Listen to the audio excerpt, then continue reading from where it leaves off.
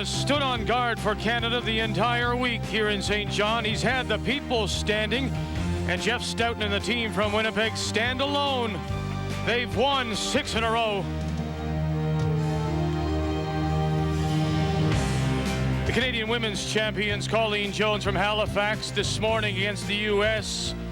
And their chances sank a little more with the loss to Lank.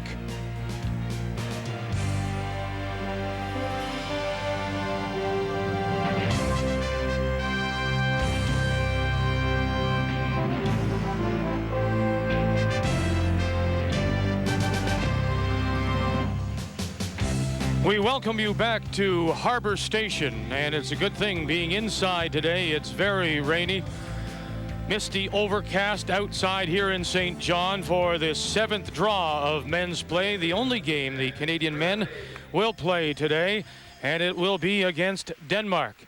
The Canadians on top of the table by 2 full games now over the rest of the field. Canada at 6-0, followed by Denmark and Norway. Then Germany, Scotland at 3-3, as well as Switzerland and the U.S. Finland, Sweden mathematically still have a chance. New Zealand, the newcomers, Sean Becker from the South Island, looking for their first wins. Our featured game will be on Sheet D, as the teams take their final warm-up slides. Let's find out what the ice might be doing. There are some differences. Let's read the ice, brought to you by Star Choice. And here's Ray. It's a great surface with lots of curl, but some tricks out there now. We're losing it in one side. We'll talk about it in a moment. Around the corner guard with the one turn, lots of movement, not so much with the other. And I'll explain that further in a second. Around the corner guards going the one way, yes, lots of curl. The ice is a little bit slanted, and I'll explain that to you. From the outside in, about 3 feet. It'll hold all the way down and break late. Jack Frost is back a little bit, and what's happening, they have to keep it so cold. What's happening is the ice is pushing itself down in the center and up higher on the edges, like this, all the way down the ice. So when you're drawing, it's a little higher on this side here, for example, because of that frost pushing it up. And when you're drawing this way, you're coming down, and so it's curling and swooping across. When you're going the other way, it's going climbing, and won't climb very far, so it's running much straighter, making it very tricky to read. Think of a nut and a bolt and a washer. When you're squeezing that washer, that nut, it's pushing the sides of the washer up, and that's what's happening here on this ice. So it's something the 2 skips, including Denmark's Ulrik Schmidt, will have to be aware of as he takes the ice. Canada will have the hammer in the first end of play. 2 teams very much in contention here in St. John. The 1999 Ford World Curling Championships from St. John, New Brunswick are brought to you by the Ford Motor Company of Canada Limited, Canadian Imperial Bank of Commerce, seeing beyond, Labatt, Good Things Brewing, and JVC, technically perfect, perfectly simple. Well, after a wonderful day yesterday, spring-like, it's overcast, it's cold, it's rainy on much of the East Coast, including here in St. John, the site of the 99 Ford Worlds. Welcome back, everyone. Vic Roeder along with Ray Turnbull as we bring you this 7th draw of men's play. Scotland at 3-3, Hammy McMillan. This is really a must-win for them against so far winless New Zealand. Norway and the United States, 2 teams very much in contention, as are Switzerland and Germany. A 4th loss, though, would hurt one of those teams. That's our featured game, Canada against Denmark. And on one of the outside sheets, Finland, Sweden, a 5th loss would devastate either of those countries. Ulrik Schmidt, the skip from Denmark. They've been here once before at a Worlds. That was '97 in Bern, Switzerland, when he finished with a record of 5-4. Has spent a lot of time curling in Canada. The Canadians playing the Redstones will have the hammer. So to get us going here in this first end, the Danish lead is Karsten Svensgaard. Well, it's an interesting matchup, Vic. It really is. At all the positions right down the list from lead to skip, the Canadians are ahead, but just slightly. Only at third is there a big spread where Jonathan Meade is outcurling his opposition by a full 13 percentage points. Now, I know they're just numbers and they don't mean everything because it's the right time at the right shot at the right time, and this is a brand new game, so you match it up.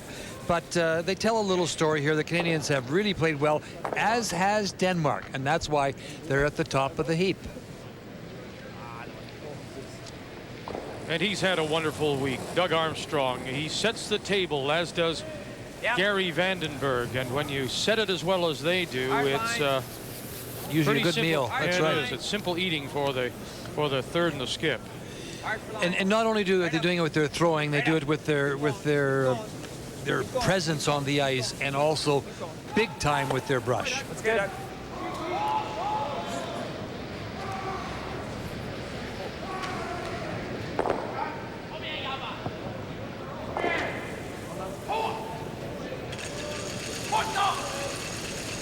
The ice times are brought to you by True Value Hardware. And they've been pretty true all week, Vic. They really have been. You can see the peel weight 6 to 7.5. We're timing from hog line to hog line. The takeouts about 9 seconds. The draw weight 14.5. The guards about 16. And that's been consistent all week. Now the curl has definitely changed a little bit. And if you're looking at the screen here, it's your right-hand side of the picture that'll be a little higher than the left-hand side, so it should curl a little bit more to the left than to the right. And it gets a little bit more severe on the sheet to the right, which is next to the boards. Exactly. We are one sheet in from the stands. Yes, thank you. That's exactly true, because the frost is pushing from the sides. It's pushing down low in the center and pushing it up at the sides of the ice surface. And the outside sheets are being affected more so than the inner sheets. And it's partly due, I suspect, if not due to the fact that it's very wet. It's, I mean, there's 100% humidity outside, and controlling the atmospheric conditions in a building like this can be a headache. Yeah, they have a great system here, and so it's not, it is that to a certain degree, you're right. But it's the fact is, I'm talking to David Merklinger and Shorty Jenkins, and actually on the phone to Hans Vucic, and he was saying, you know, it's a new building, and they've had to hold, you know, when you do hockey ice, for example, you release it, after the game's over, you release it and let it go. But, you know, here you have to hold the ice all the time to keep it, and it's just, the frost is just being pushed out, and it's pushing it up on the sides. So the whole surface is a little bit dished. So obviously it's more being affecting the outside sheets more. And we saw that this morning drastically in the Canadian game.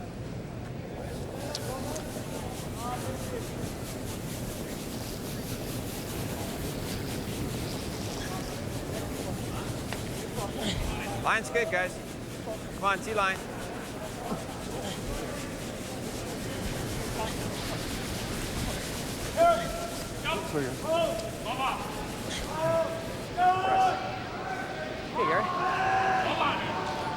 Our web address is tsn.ca/curling, and we've had several people join us online. And coming up during the game, during the second and third ends, Helena Black-Laversen, the former Danish champion.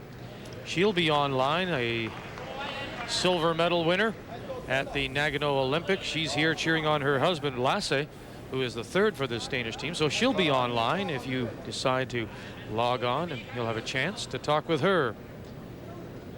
The Danish second is Brian Hansen.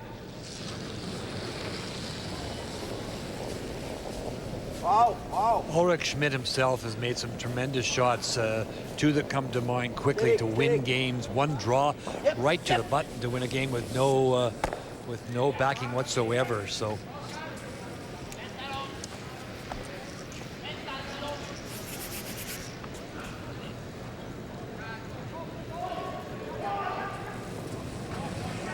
Gary Vandenberg, the left-hander, curling with his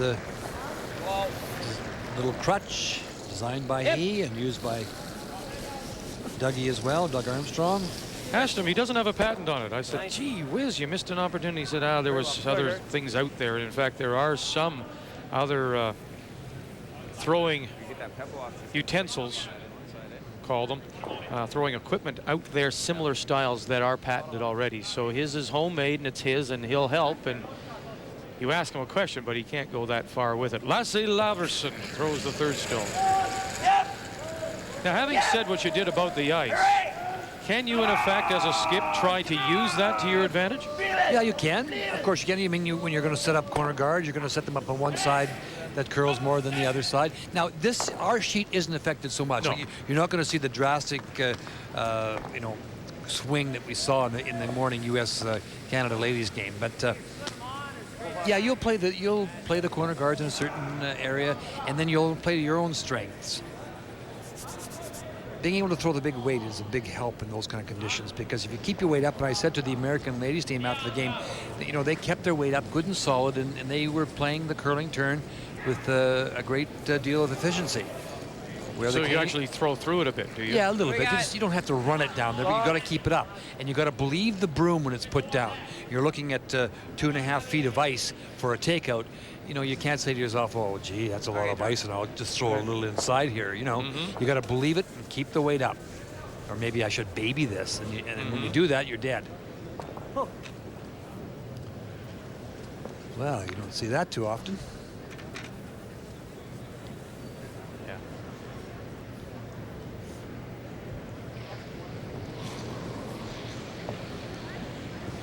As you can see, he was #1 in the round robin play in their national championship, and then he beat a former Danish champion in Tommy Sterne twice in their best-of-3 final.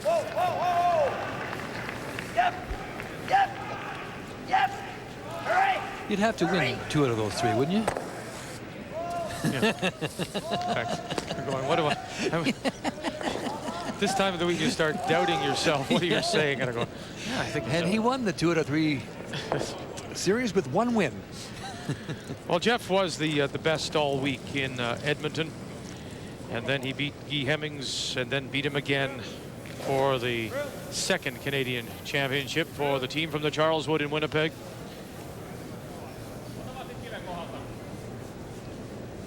Yep.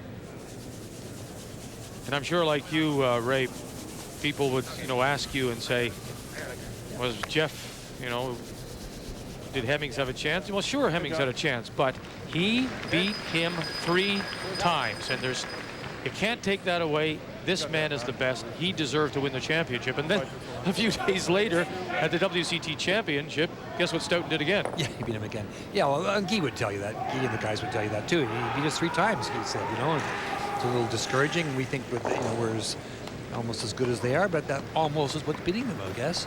That little bit. This team has been on fire. It's not just Guy Hemmings. This team's been on fire all year. They qualified 7 out of 7 times on the cash bills. 7 out of 11, I think it was. Maybe even higher, but I can think of 7 of them. Skip stones here in the first. Canada with the hammer. This is the Danish skip Ulrik Schmidt. Ulrik Schmidt curled in 2 of the World Curling Tour events in Canada. He curled in North Bay. He had 6 wins and 2 losses, and lost both those games actually to John Bass. The quarterfinal and the semifinal, and also in Thunder Bay. He won 4 games and lost 3. So he does make the effort to come to Canada to gain that experience, play in the different conditions, and play against competition, which I'd suggest, without any disrespect, is a little tougher than what's at home. For sure. He didn't play any in Europe. He played them over here. And he lost to some formidable competition. Lost to Larry Pino 8-5, and he lost to Al Hackner. 2 pretty well-known names, Victor. Pino, a former Northern Ontario champion, has been at the Brier. And, of course, Hackner, the Iceman, the former Canadian and world champion.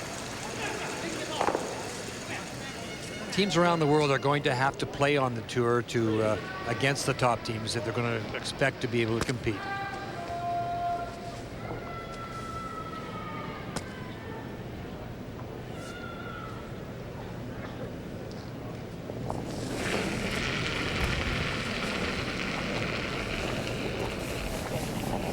Yep, for line. Hard for line. Hard.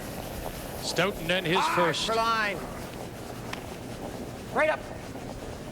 Hard for line. Hard, hard. Whoa! Stay on it, Doug. Stay on it, Doug. Stay on it. Stay on it. I got it. That curled pretty well. All right. That's back 8, 12, eh? I don't know, Jam, yeah. Yeah. Ja, bare tag på den. En lille hul derovre, okay. Just checking behind them, there is that stone, as you see, just outside the rings, which they might jam the Canadian stone on when they play their takeout here. So when hitting this, you have to be careful, as Vic mentions, not to jam it onto that one.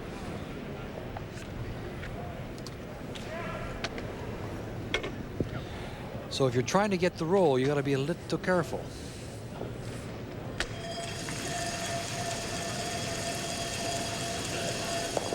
Denmark has yet to win a World Curling Championship. They have 2 bronze medals in 1985 and 1990. Yep. Whoa. Yep. Whoa. Yep. Whoa. It's a little, has the development of the game in Denmark been a little slower than the other Scandinavian countries? Because you think of Sweden and Lindholm recently, and Norway, of course, Eigil Ramsfeld and others.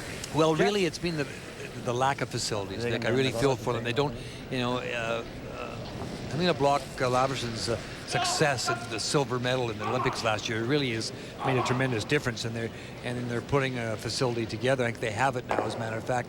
But, which is supposedly their first dedicated curling facility. Exactly. Yeah.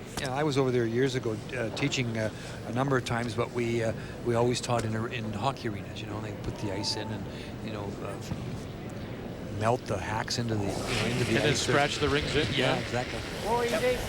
Final stone for Canada, and Stoughton looking to blank here in the first. Catches the corner, so despite the crash in front, Denmark couldn't get the hit and roll and allows Canada to blank.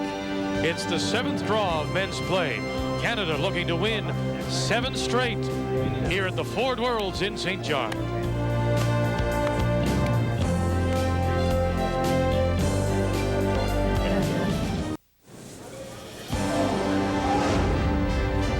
Let's begin our updates here in this men's 7th draw with Switzerland against Germany. Both teams 3-3. Patrick Hurliman out of Lausanne, Andy Kapp from Füssen, Germany. A 4th loss would hurt their chances of possibly making it to the playoffs, or at least a tie-breaking situation. And the final stone for Hurliman, the gold medal winner at the Nagano Olympics, and he'll draw the back 4 for 2 in the early lead against Kapp.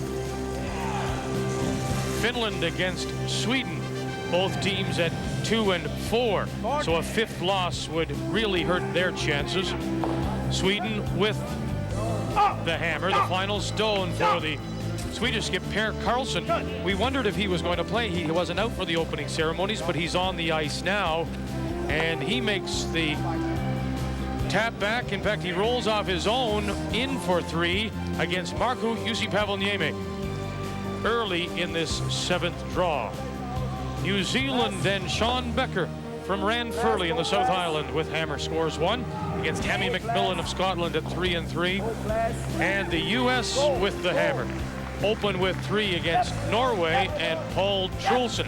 Norway at 4-2, the U.S. Tim Somerville from St. Paul at 3-3. Canada with the hammer here in the 2nd end after the blank in 1. Well, they couldn't get anything going. They had a couple of chances, Canada did, to get their extra point, but didn't work out. So first rock by Ulrich Schmidt was thrown to the top 4 foot. Jeff threw up the corner guard. And you can now see that the Danes have guarded the stone. It'll be coming into view in a moment. That's the rock just outside the rings. Right that was more there. than the first one, wasn't it? No. You get that thread? Hey, Doug. Had to be one. What's that? Dougie questioning his weight on that. He was going around that stone, so you've thrown it 12 feet short, 15 feet short.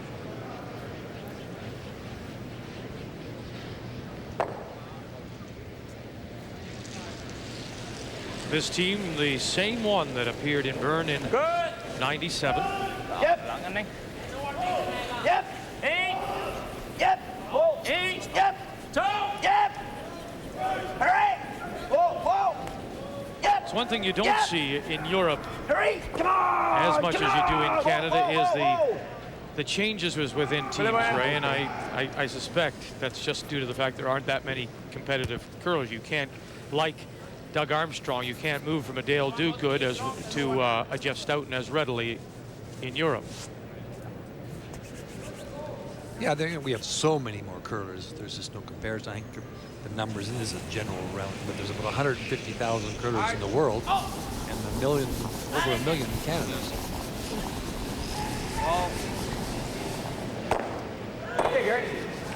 Gary Vandenberg trying to open it up, run something off the middle.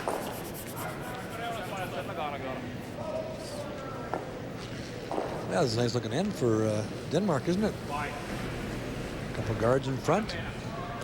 Rock right in front of the button.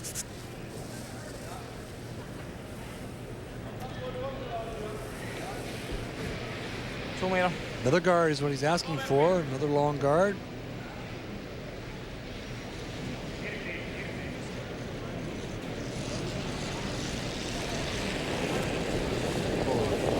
Good. Whoa. Wow. Wow. Længere ned. Yep. Yep. Yep. Yep. Ingenting efter, tror jeg. Well, I like the way it was sitting before he threw that rock.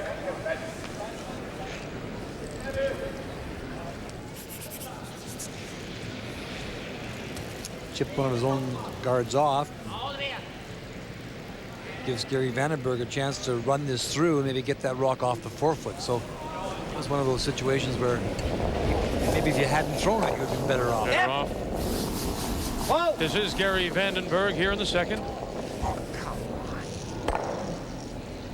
Good throw, Gary. But now it's the Canadian stone that sits center line and might be able to be used, driven straight back.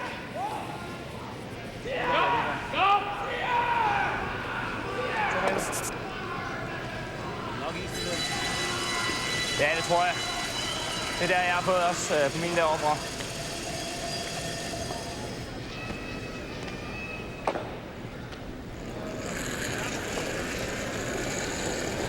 Lang! Op. Voilà. En! Ned til! Yep. 12! Wow. Wow. Op. Op. Bomber! Ja, det må vi så håbe, den ikke bomber for meget. Slet.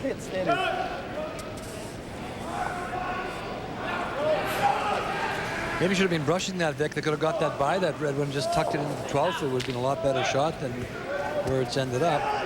So now there's the angle double there. Double's definitely there. For Jonathan Meade, who won his World Junior Championship with Hugh McFadden in '86, his Canadian title, and then they finished second in the '87 Worlds. That was the time when you went to the Worlds a year after claiming your national title. Oh, and he just drives it across the face. It's one of those kind of days so far. It's only the second end, but it's not a sign of things.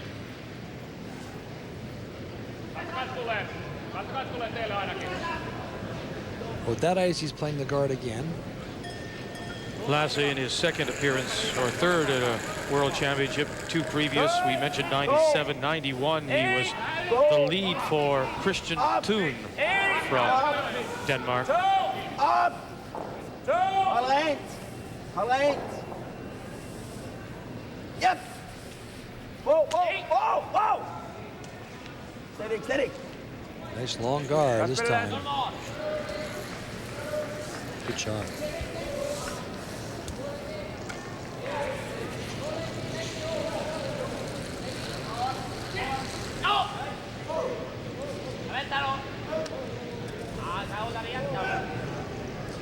Yellow onto yellow, and hope to spin it off onto the red.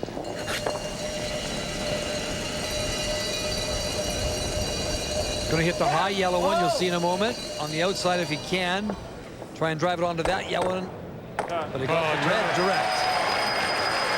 And will it sit for shot? It does. He was basically just trying to get the front open. That worked out pretty well. So I spoke a little too soon about one of those days.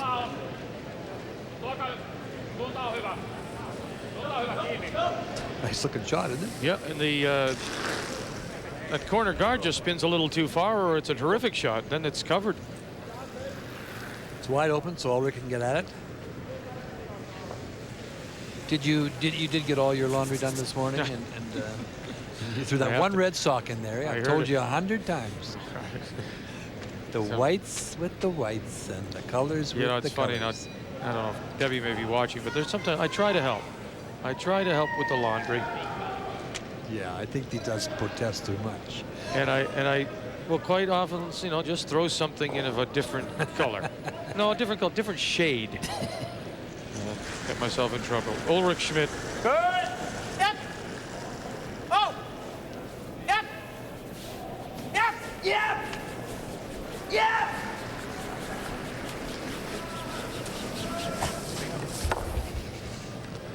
And he can't hold the shooter. Talked about the 2 bronze medals that the Danes have won. One of them was in 1990. Tommy Sterne. He picked up a bronze in a world championship in Västerås, Sweden, won by Ed Wernick. The other was in 95 in Thunder Bay. Al Hackner, the winner of that 85 championship. And the skip then was Frans Guffler, who happens to be the 5th man on this team here for Denmark, skipped by Ulrich Schmidt.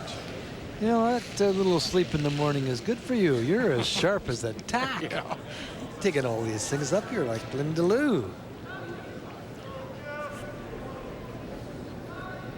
Gotta be better at full 12, eh? Okay. In-turn come around, get him around his own long guard. Now, as we look at this and this draw, Should curl. it should curl, and this is curling off the frost, that slight frost buildup you talked about, correct? Yeah, and it's not so much the frost on the surface of the ice as it is the fact that the frost has been pushing the ice up a Line's little good. bit. Yep. Finish it up. Wait. This should finish for him. Come on. Hard. Wait's there, guys. First will go, John. First will go. First will go. Come on. Right up. Right up. And he'll bury it just behind the tee line, 8 foot. Canada with the hammer here in the second. Well, it slipped behind the tee line, so it allows Ulrich Schmidt to get down to the face of it. He missed the guard by quite a bit too, Vic. So if he'd just been a little tighter to the guard, a little tighter to the guard and a little less weight in front of the tee line.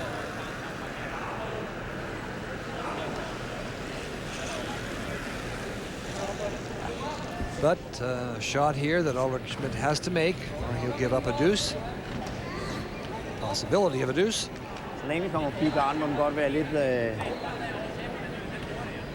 godt give et lille bump, ikke? Det er ikke det, vi spiller på. Har spillet ren indlæg? Ja. Okay.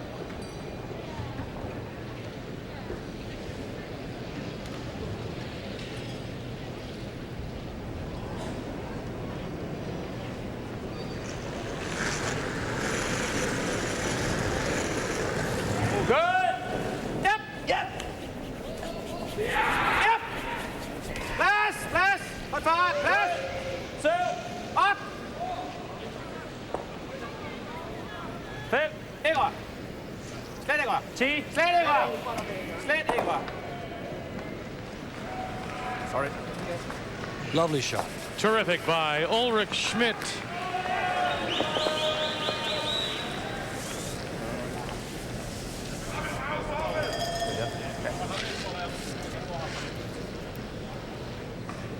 Mark. To the game between Scotland and New Zealand. New Zealand opened with a single. Last rock in the first. This is the final stone now for the Scottish champions from the Inverness Curling Club, skipped by 35-year-old Hammy McMillan in his 5th appearance at the World Championships. Oh, he was trying the tap for possible 2, and it just sailed on him. He has won. They're tied 1-1, and for those of you logged on after the 7th draw, the entire Scottish men's team will be online. So you'll have a chance to talk with people like Hemi McMinnell, Warwick Smith, Ewan McDonald, and Peter Loudon.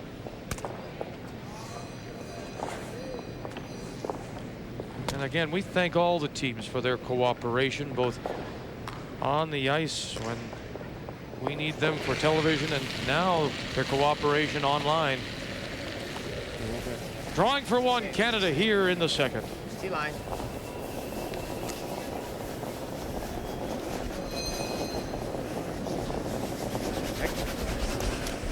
Hard, guys.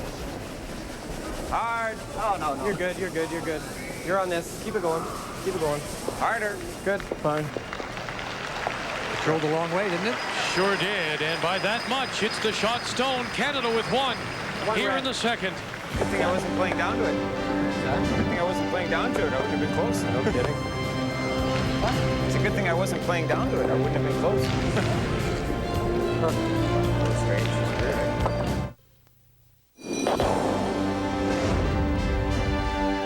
The U.S. opened with 3 in the 1st against Norway.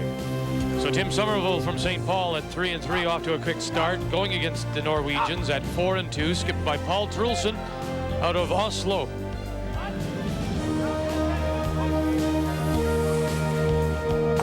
And the hit against 2 stops top 8, and single for Norway, so the U.S. up 3-1, and they have the hammer back going to 3. Here in the 7th draw of men's play at the beautiful Harbor Station in St. John, New Brunswick.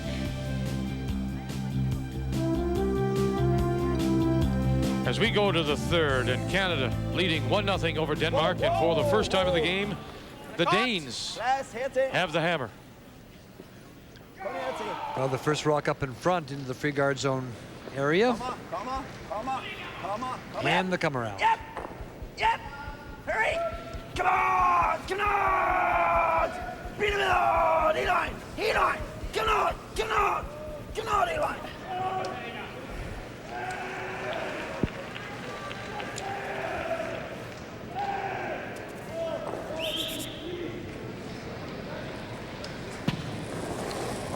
Doug Armstrong and his firm Armstrong Insurance. What, as a lead now, and I know you being a former lead, what impresses you most about him? Yeah, good question. All the little things about Dougie. He's always in the game. He's always watching the ice surface. He's reading the ice to himself, and he's very alert with it. Last night, for example, you saw Jeff have to make a big shot. Dougie cleaned the entire path down the ice. All the small things that this front end does so well. And Dougie's kind of the guy on the team that coordinates things and organizes some things and keeps everything a little light. He is a very, very good lead. He's got the complete package. Obviously, his percentage numbers show you that too. Karsten is in his 5th year of both physics and chemistry studies at the University of Odense. So I said, what are you going to do with it? He says, I don't know. I said, 5 years doing this? He says, I have no idea. He says, when I graduate, I'll decide. But more than likely, he'll go into some kind of research. He's just always been fascinated by physics and chemistry. Come on, go on. Go on.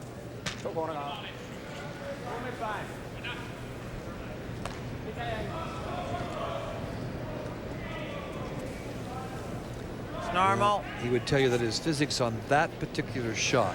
For every action, there is a reaction. That's right.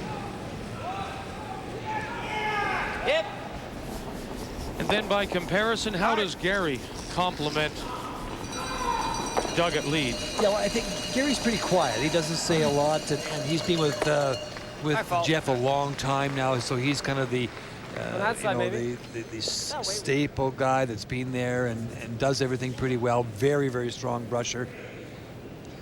He works very well with Doug. They're a good unit. Of course, he worked those years with Stevie Gould as well, and Stevie's here as the 5th man. Brian is a mechanical engineer for a company called Bundy. He's in their sales department. Yep. Yep. If you are a packaging company and you have to, your machinery goes back and forth and back and forth and back and forth, he'll design that for you. That's the kind of mechanical engineering he does.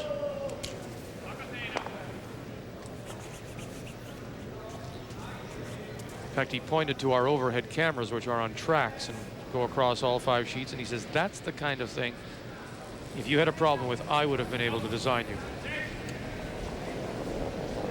I said, it's already been done. He says, I know. But he could have done it. He could have done it. Good, Gert. All right. That's nice, Gert. Ja. Ik zit aan de indruk, Gert.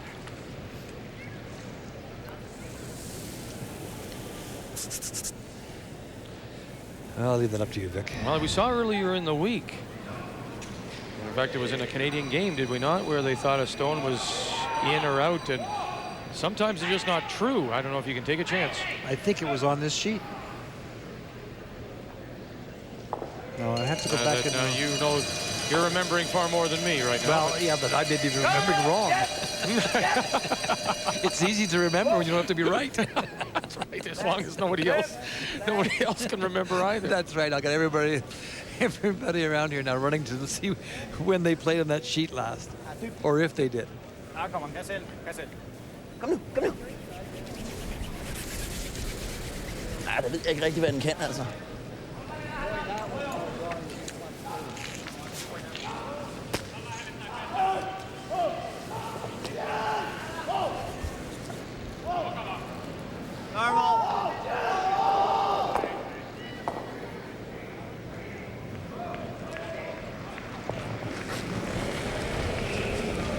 There's no doubt that Jonathan Meade is a different kind of third for Jeff Stoughton as compared to Kenny Tresser.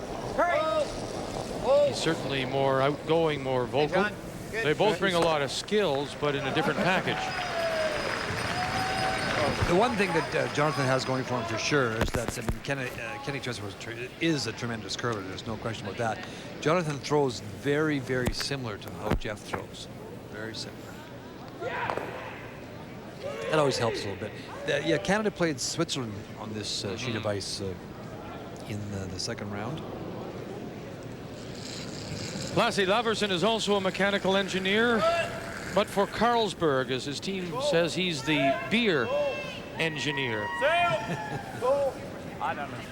He designs the equipment used in the brewing process. Well, not the brew itself. Not the brewer. He's not the brewmaster. No, he's the engineer. It was a great shot. He engineered a terrific shot there. We've got something brewing. Yeah, I'll say.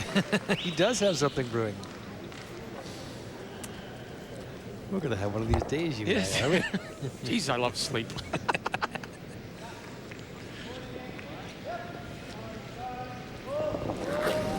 Down to the face of it, a great freeze.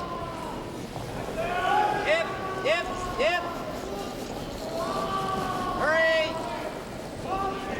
Hurry! Looking for another on-legger. Right up. Good, Johnny. Danish stone is still shot, but it gets that backing out of the way.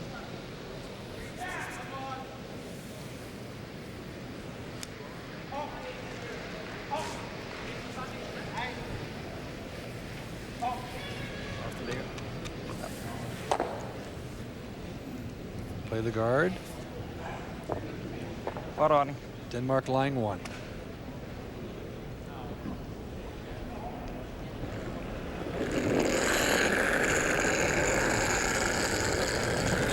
Good. Just a reminder, if you're logged on,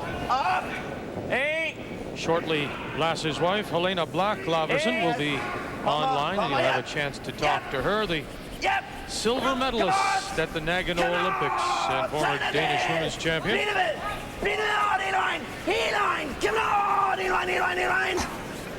Okay.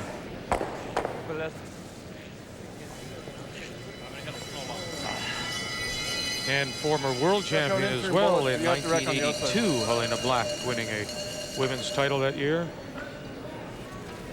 Normal or up? with I think this Marianne will keep going. Jorgensen. Okay. Because I don't want to tick 5 in. No.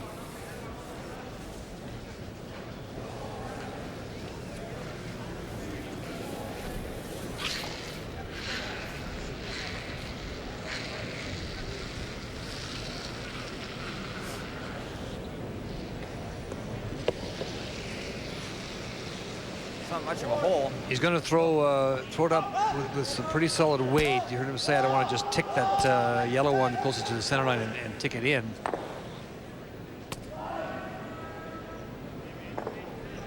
And it's not much of a hole.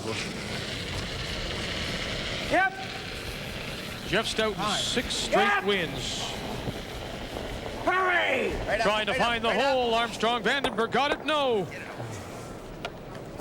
And that little rub, will it go through? It'll stop for third shot.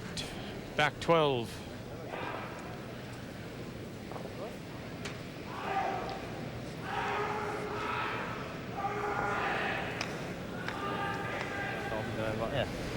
Jeg vil sige ovenpå. There's not much you can do with the Canadian red stone.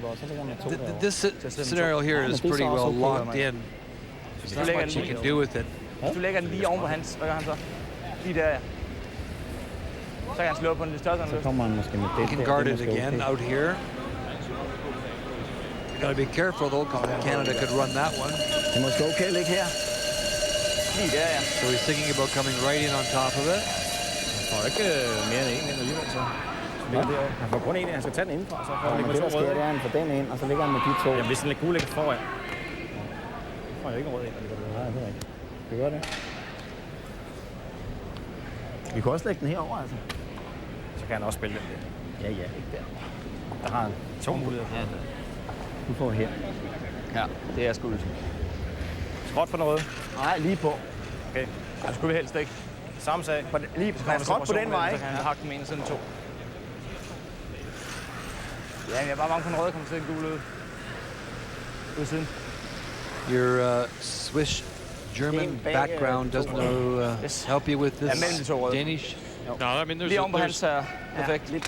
certain things that you can pick up. In fact, jeg tror det er fint. Var det ikke også det English, there are words that you hear that probably there's a derivation from, but no, not even close. Of all the, I'd say, North European languages, Dutch might be closest to German. Go! Go! 4! Ja! Yep! Go! 10! Go! Go! 10! Go! Op! Op! Slet ikke rør.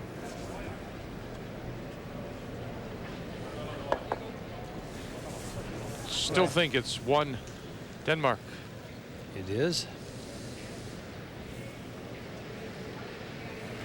Updating the United States, Norway. The U.S. opened with 3. Norway responded with a single final stone for the skip from St. Paul, Tim Somerville, with a record of 3-3 against 4-2 Paul Trulsen. There's a yellow stone on the lid, and now this is a draw. He's got to find the hole, and it was a pretty thin hole, but he comes up light anyway. If possible, 2, but 1 certainly for the U.S. and a 4-1 lead. I think we keep the weight up anyway. Don't you? Sure. We just don't want to just touch stuff and like. Yeah, no, I know. It's going to curl, so I think we should be okay. Bit less.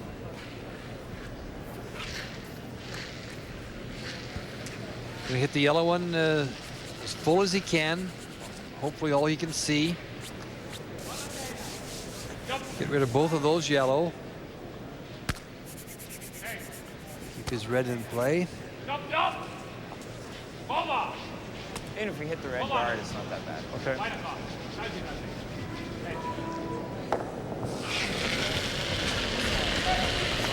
Hard! Hard! Hard! Hard! Hooray!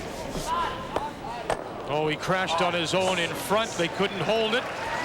And so now it'll be a chance for a possible 3 for Denmark as we go live to the game Scotland-New Zealand in a 1-1 tie. Third end, final stone for so far winless New Zealand.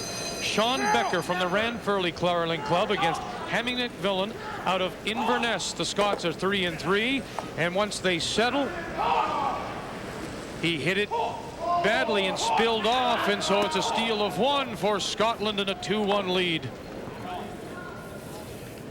Well, that was the worst possible thing Jeff could do in that end, just hit it that way. You heard him say, if I hit the front guard, it's not so bad because they can't get ours out of there. But now by just ticking the front guard off and then removing the back stone, now Ulrich Schmidt has this hit, nose hit for 3.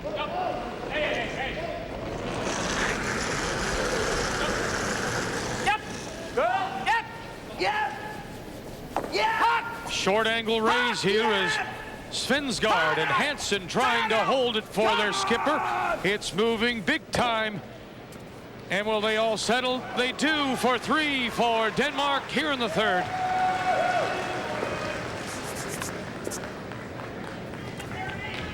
So the Danes take advantage of a rare miss. And they punish the Canadians with 3. Guard, you can't get it.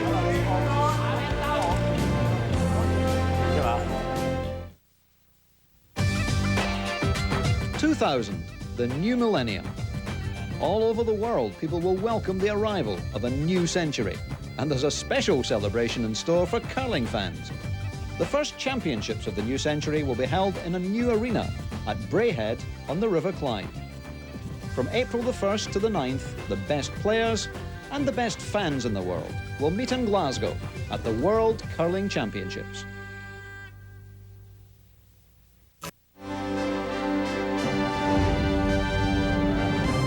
The key shot of that third end brought to you by Karcher. Well, you heard when he sat in the hack, he said, you know, if I hit the front rock, it's not so bad, but he could, and it wouldn't have been so bad if he didn't just tick it. Because what happens, he just ticks it, and then he hits the red, removes the back yellow, so allows Ulrich Schmidt to come down and hit that for 3, and he makes no mistake. Here at Harbor Station in St. John, New Brunswick, the Ford Worlds, it's the 7th draw of men's play on TSN. First stone from the Danish lead is top 4. This is the first for the Canadian lead. Doug Armstrong. Corner guard.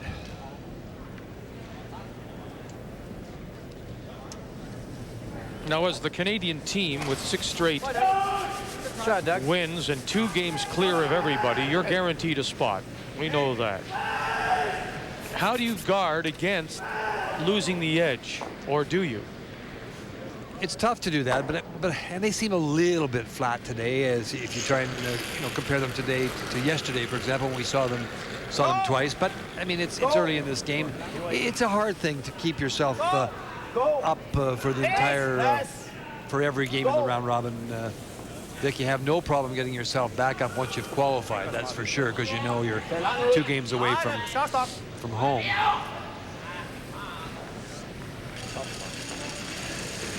This team has a great history of being able to regroup. They lost the final of their zone to Pat Spiring, bang bang, 2 games in a row. So they had one leg left, and that was to go through the Manitoba MCA Bonspiel, the big Bonspiel with 600 other teams that enter that Bonspiel, and get to the 8s of one of the 4s of one of the main events, and they did that.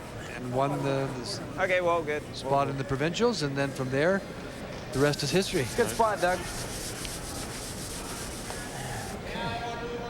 All right, good.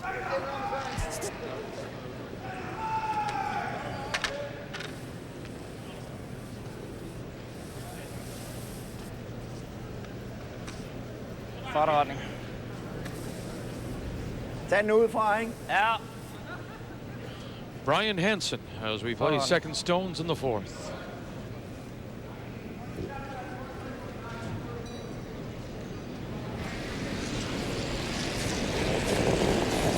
Yep.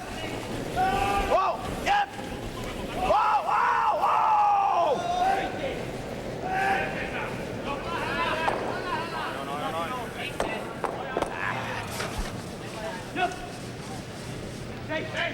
Everybody is helping everybody else in this game today. Trading some gifts.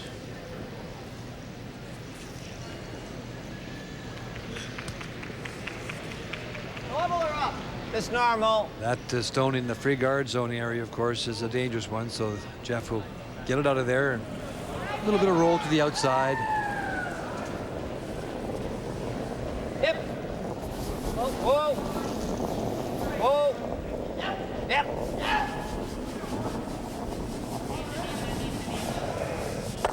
Good. Okay.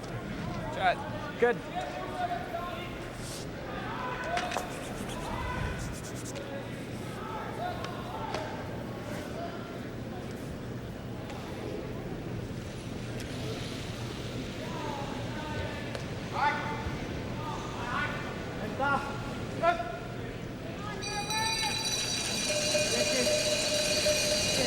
Yep! Whoa! Yep! Yep! Hurry! Come on! Come on! Finland! Whoa, whoa, whoa!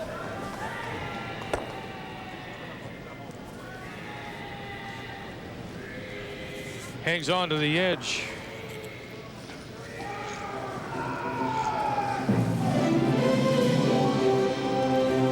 The Masters begins tomorrow, Thursday, and we'll have a preview for you at 3:30 p.m. Eastern Time, followed by first round on Thursday, second round coverage Friday. The Masters on TSN.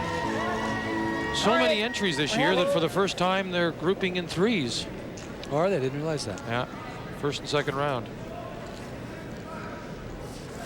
Linda Hey, this Gary, good morning. shot. Did you hear her comment about the Masters Gary. this morning? Uh-huh. Jack Nicklaus. First time at the Briar, is that the First. his first Masters was your first Briar? Oh. That's right. So that would We don't want to talk about what year it was, Vic. We're just. Elvis was number 1 on the charts. Caught okay.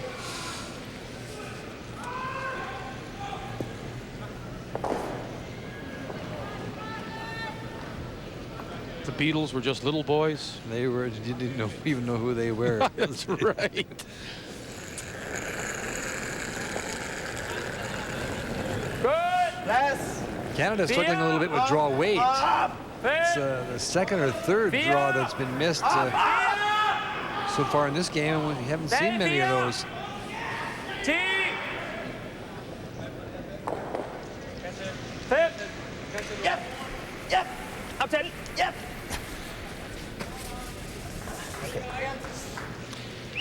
Det var kun den anden vej, tror jeg. We don't want to use, and we talked about the ice conditions, but is it a fact of them not being able to adjust what little changes there have been so far, do you think? Well, they just, they've all been the same. It hasn't been one particular player.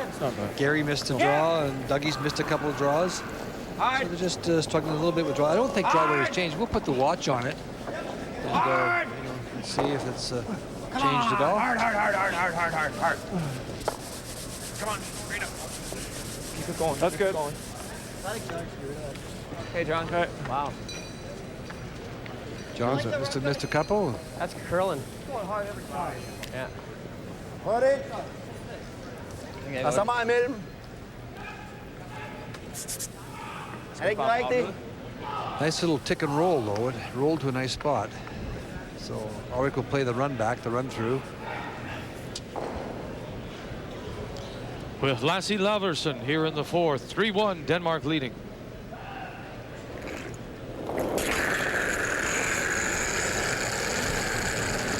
Good. Up.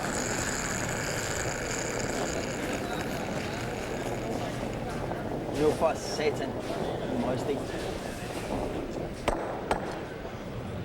Og Lasse.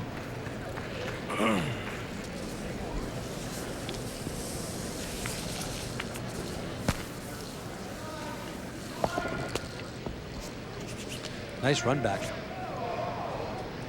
Bumper.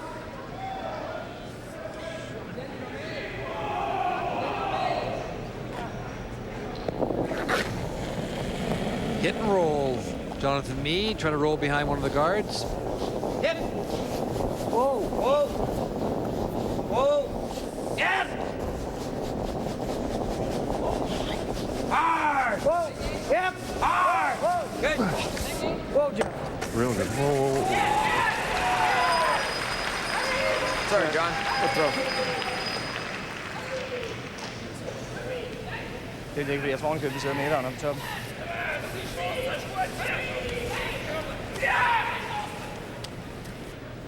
Ja, det er det.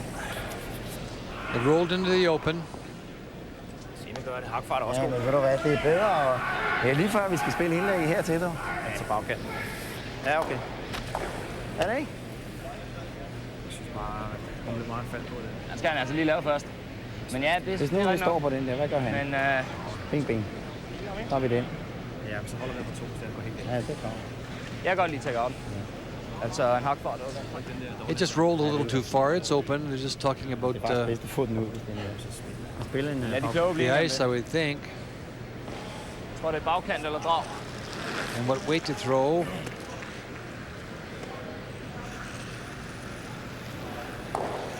Now they're out near the edges, and it is a little bit frosty out there. There's not much play. You can see more noticeable today. How it's getting shinier down the center, Vic. slet ikke været der. Den er nok ligesom under træningen. He's playing this fairly quietly. Det er en bagkant. There's no doubt that the Olympics and curling as an official sport, a medal sport, has added to the interest in curling, and this telecast being seen in 10 countries throughout Europe today, and which is early afternoon and late afternoon, early evening in Europe on Eurosport. First stone for the Danish skip here in 4. A little surprised he played it that quietly because it was wide open. And now it gives the Canadians a chance to get 2. He just ticked the front one. I think we got to go that way. This is better than pitching. Russia, Romania, Hungary, Italy, Denmark, Sweden, Spain, Holland, Germany, and France are all taking live pictures of this 7th round of men's play. It's also a big evening of soccer in Europe. It's the semifinals, first leg of the home and away Champions League. Gotta be Okay. Manchester United, Juventus, Bayern Munich, and Dynamo Kiev of Ukraine. Final 4 in the Champions League.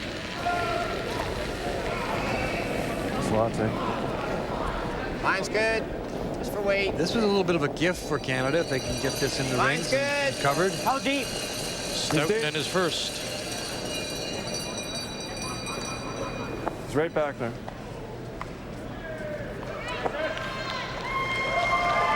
Good. Sorry about that. Stops back 4 Not bad. to lie 2. Updating Norway and the United States. The U.S. leading 4-1 as they play the final stone in the 4th. Paul Trulson of Oslo with a record of 4-2. Big brush now by Bent Ramsfeld and Fleming Davinger. With Lars Voberg calling the line, they hit and stick for a pair, and so it's 4-3, the U.S. leading as they go to 5, and Tim Somerville with the hammer. Ovenpå et godt skud, tror jeg. Det er bare det, der er svært. Bare ser man. Well, they're looking at this here. How much you can see of this to hit this one and then try and come across onto this one. Or the other option, of course, is just to come down and sit on top of it like Det er indtil, fordi this. du spiller med den vej, hvor der skal efter baglæns. Rigtigt. Men hvis du vil lave en reducerbal på max 2, så husk at tage den ud siden. Looking at the double.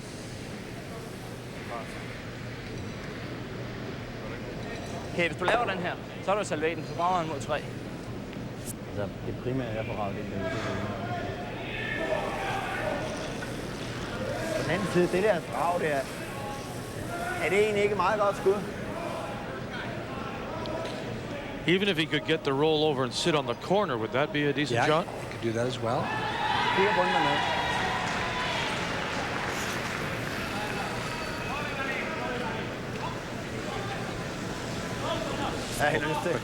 What Dick is suggesting, and it's certainly possible, is hitting this one here and then just rolling over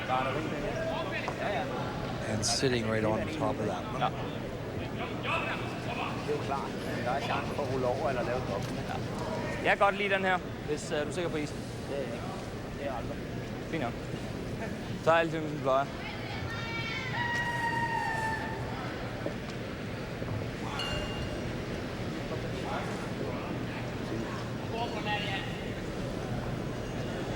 With that ice, I would think he's throwing a little bit of weight.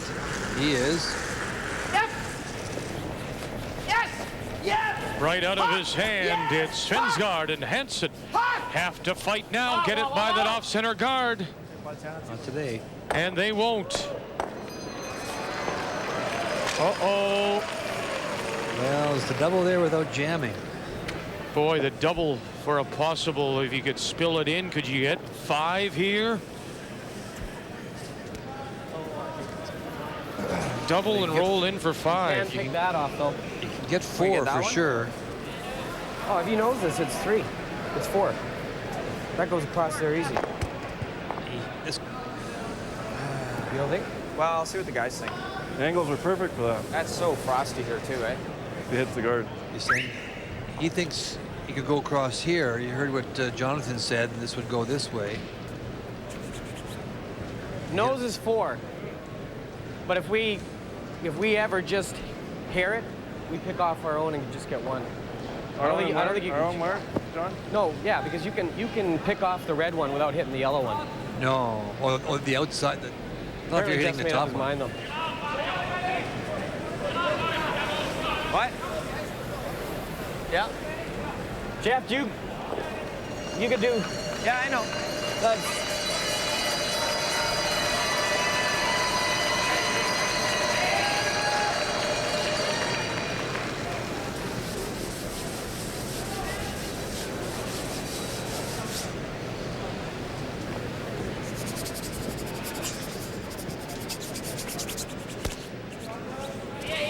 Nose hit for 4. You heard Jonathan say.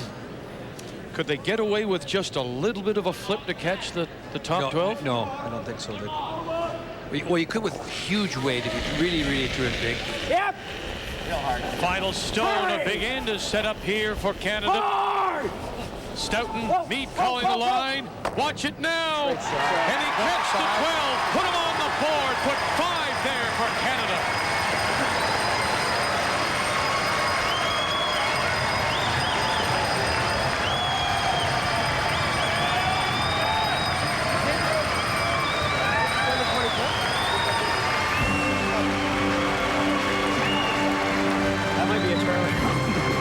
Well, we gave him 2 points last day. Yeah, exactly.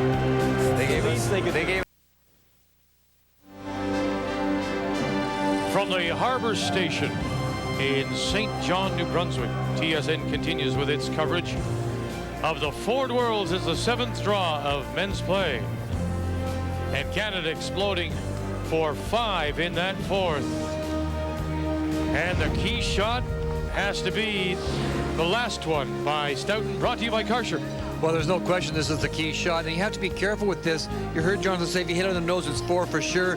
The thicker you hit it, the more dangerous it becomes that you won't spin the top rock out, but it comes just enough. You'll see in a moment. Catches the top one, a little full, and then rolls the shooter in. Rolls it in well for 5.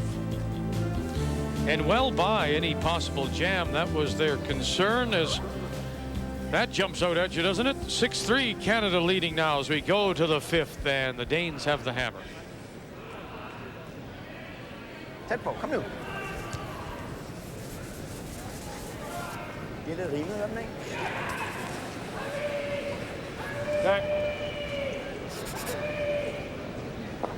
Playing the raise.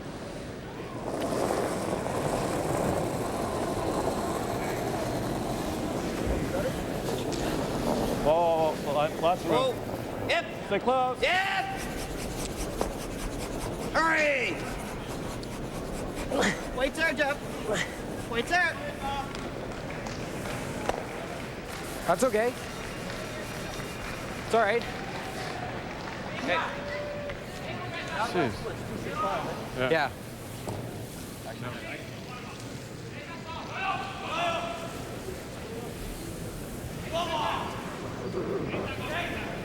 Og split dem op.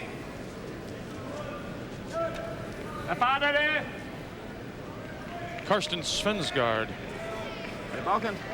former Danish junior champion of 93.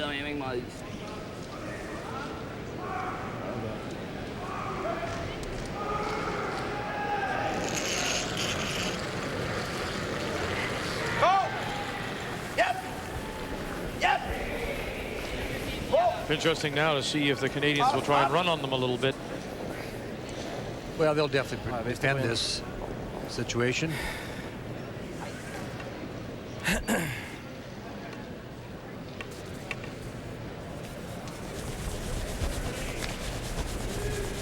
I don't think the weight has changed at all, Vic. If you go outside into the 12-foot to draw in, I'm sure you'll find maybe it's a little bit heavier. A little bit of frost out there. You heard Dougie Armstrong talking about the snow on his brush. Whatever you want. Whatever you want.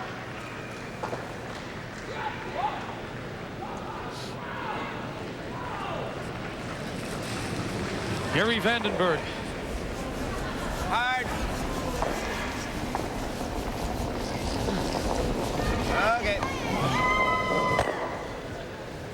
Hey, Gary. That was tight, right?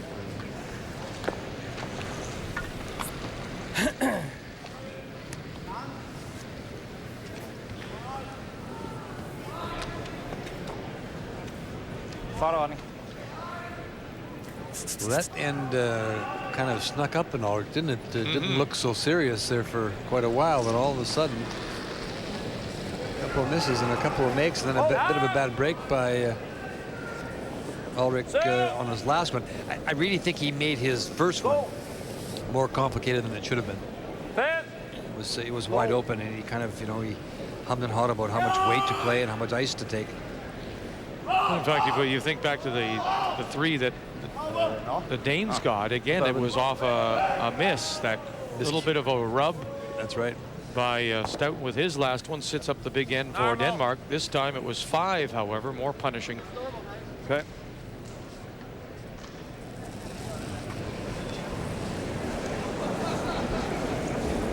Whoa. Yep. Whoa, whoa. Oh, whoa. This will run pretty straight. Shot, Gary. Shot, Gary. Okay.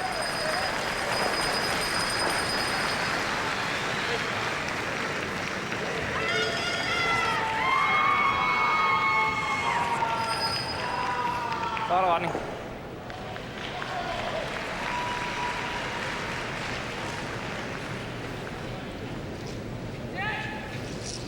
Brian Hansen. Yep. Yep. Yes. Good. Come on.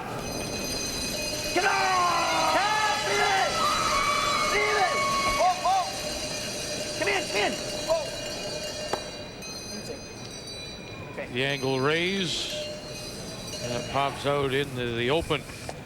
He was actually just playing it down to the back when Vicky was trying to draw to the back one, but a little bit inside. Move on. Here det kommer bare.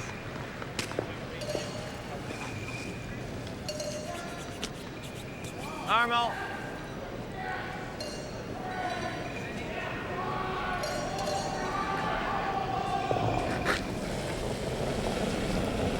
Hard. Easy. Whoa. Whoa. Whoa. Whoa. Shot. Shot, Johnny. Yeah, we've had 3. Oh, okay. Coming up tonight, the Maple Leafs in Ottawa, available in Ontario. Ontario South, not the Ottawa area or Eastern Ontario. That'll come your way on TSN in Southern Ontario at 7 p.m. Eastern Time. The rest of the country will see The Ford Worlds in draw 8 of women's play, and a must-win for Colleen Jones as she goes against Germany and Andrea Schopp. Jones earlier today losing to the U.S. and falling to 3 and 4. So she must win her remaining 2 and then look for some help as teams fall back to join her.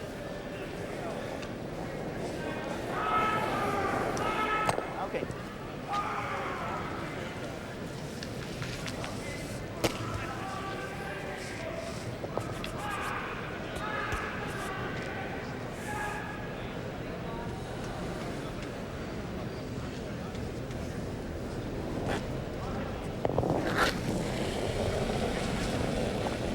Yep. Whoa. Yep. Whoa. Whoa. Yeah. Whoa. Hard. Roll it. Good.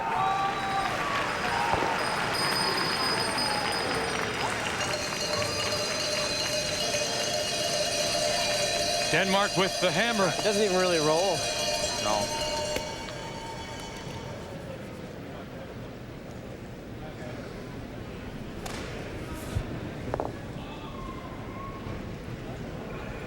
In turn come around. For Lasse Laversen. Just a draw.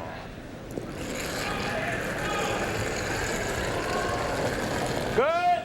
Go. Fire. Plads. Uddes. Go. Kommer den. Plads. Kommer. Plads. Yep. Yep. Yeah. Come on. Boy, it's really swooped now. Big brush for Svensgaard and Hansen trying to fight their way by. Well by. Now, how far can they drag it? They need at least a piece of 4 to get shot stone, and they'll come up light. It's interesting. They wait until the swoop, and by that time, the stone seems to have lost the momentum. Yeah, if you remember the, I guess he can make the roll, eh? you saw the my ice notes this morning. No, I didn't see it. Sorry. I thought I you'd admit set, to it. If it over curls. I thought you'd set your alarm, get up, watch that, and then go right back to bed. Well, you just punch it to here. You're You right, might even leave Snow. him a triple. Yeah. I mentioned the importance Wow, of we've seen it. getting the brushing early. You can't Or we wait just for play, it to start make to a play dig on in it. and If swoop. we hit the guard off, here we go again, hit the guard off. That's not that bad. Take the guard across. It might not be bad, eh? Yeah, I mean, you can see Let's play a bump. good chunk of it. Yeah. So what's it gonna do? Here it seems to run if you're out here a little bit. I think it'll run a little bit I don't straight know. there, Jeff. Yeah, I hate to hang it. I don't think it's gonna hang. No way.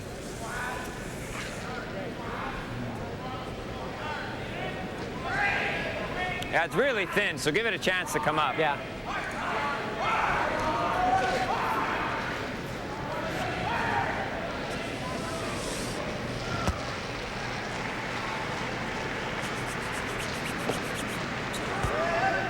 Just bumper.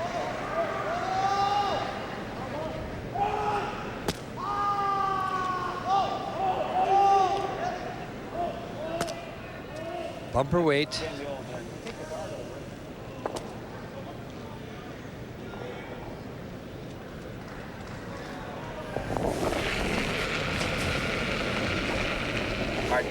Yep.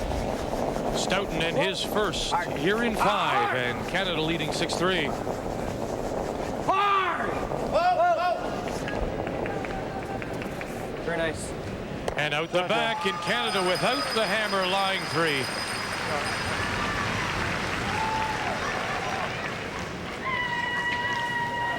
Ikke rigtig kendt. And they're closing off away to the 4-foot. Kryds på den bagerste. Han er jeg ikke vild med.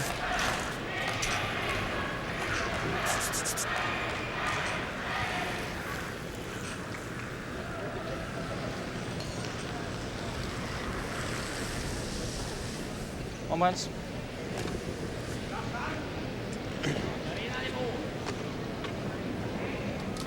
Pas på, den er lidt rimelig derude. Ja. Kom her, Jabba.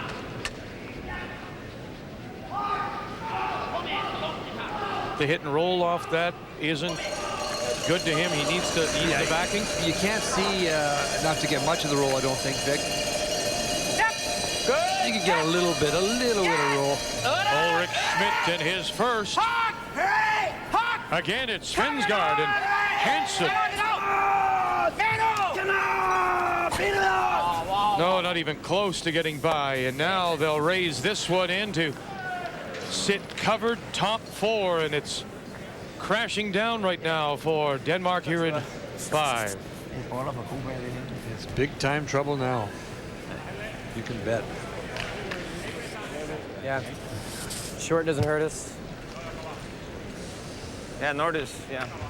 Short doesn't hurt us. You heard Jonathan say, this is fine, this is fine, and this is terrific. We can go full 8. We can go full 8. That'd be great on Valentine's Day, wouldn't it? 3 hugs and a kiss. Bit less, John. Bit less.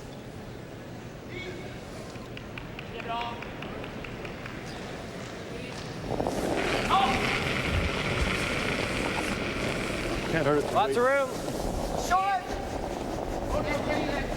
Keep it going. Oh, short. Here's the clock. We'll take a look at that. We're looking for about Mine's good. 14 and a half. Yep, come on. 14. Whoa, hard, guys. Yeah, it's be awful close. Maybe a little bit short. Should be Come around on, 12 get foot. it, Okay, good. A little bit Good. short, yeah. Shot, Jeff. It's a good shot.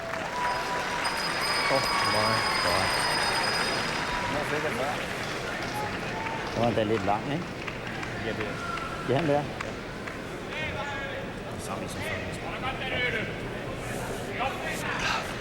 Jeg tror, fuld 4 fod kan gøre det, kan det ikke? Full 4 foot.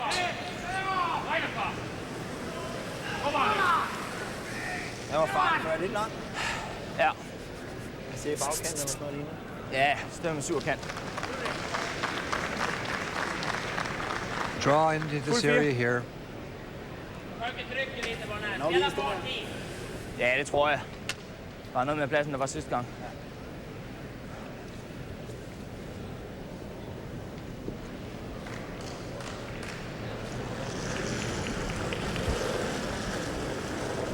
Drawing against 3. 2 in the 8 foot. 1 top 4. Down 6-3. And not a brush yet from Hansen and Svensgaard. This one is on its own. Han sætter sig. He got outside, and did he give it a little bit of a push? Jonathan Meade is there.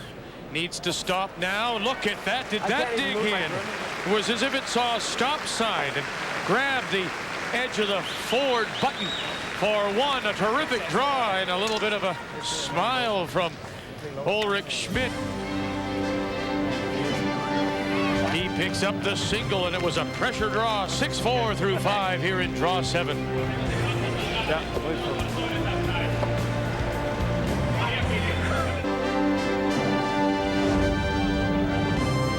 All the games have now reached the midway point of this 7th draw in men's play. Let's get you caught up. Scotland, New Zealand, and it's a 3-1 lead for the Scots from Inverness. Hemi McMillan against Sean Becker. The New Zealanders in their first attempt at the Worlds.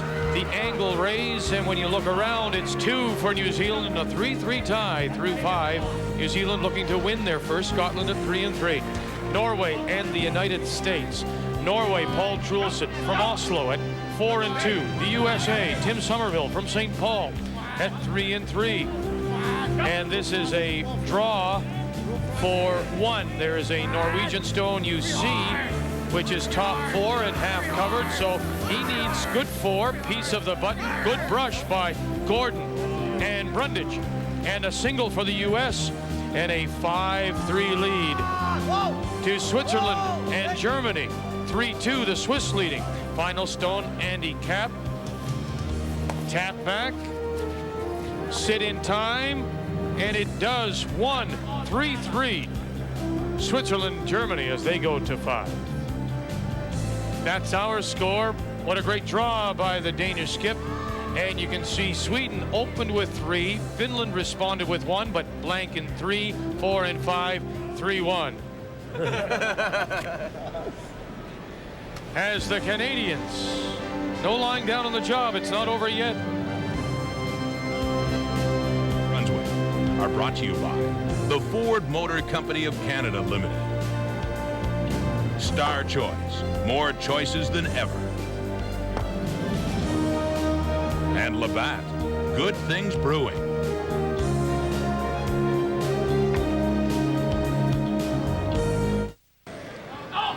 Time to check the numbers after 5, brought to you by Nokia. And it's the 5 points that Canada scored in the 4th that has them in front. And in terms of percentages, I find this interesting that the Danes are outdrawing the Canadians. It's hits for the Canadians ahead of the Danes as an overall percentage.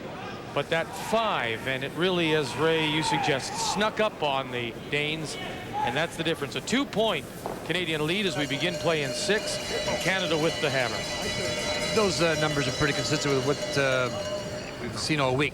The Canadians usually don't draw. The percentage is never quite that low usually. But there's been some missed draws today, but very seldom does any team ever out-hit them.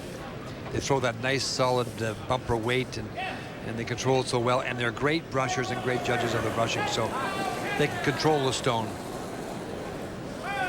A few missed draws today, as those percentages show. Tons of room.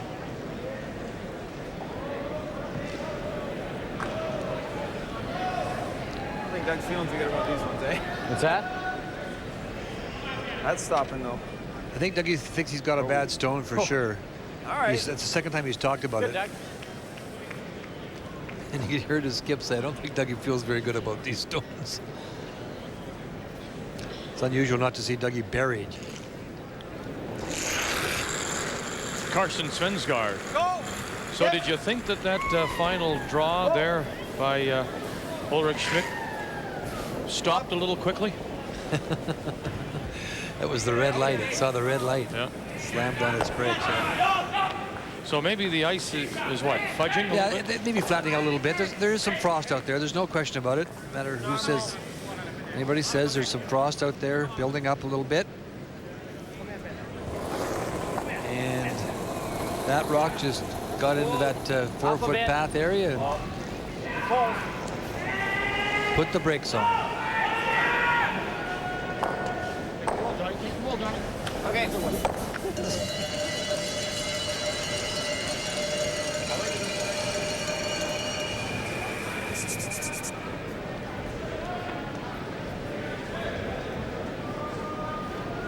Well, his mistake with his first one in 4 really cost him and the Danes. It set up Canada's 5. Good. Whoa. Yep. Whoa. Yep. Whoa, whoa, whoa.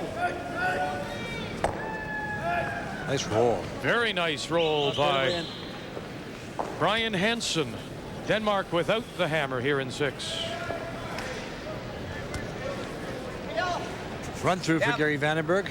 Get the yellow off the 4-foot.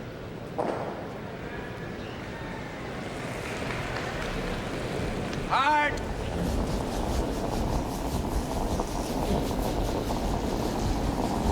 Good. Shot. Hey, Gary. Shot, Gary.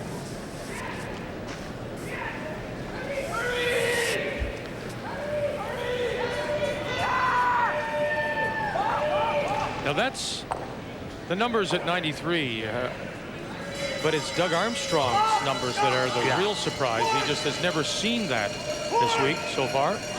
And I think he feels he's got a couple of bad stones, or one for sure. But that's very unusual for him. He's always in the 80s, high 80s. Well, if you look at his percentages throughout the week, I think he's at 90%. As a matter of fact, he's been curling 90%. I'll just check it here. Yep. Yep. Yep. Gosh, when Linda's not here, I'm just a mess, aren't I? Papers all over the place. Where is she? He's got a nerve taking an afternoon off.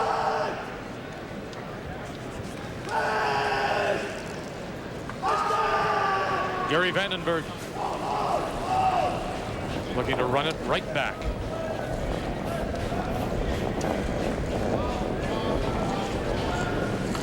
Good.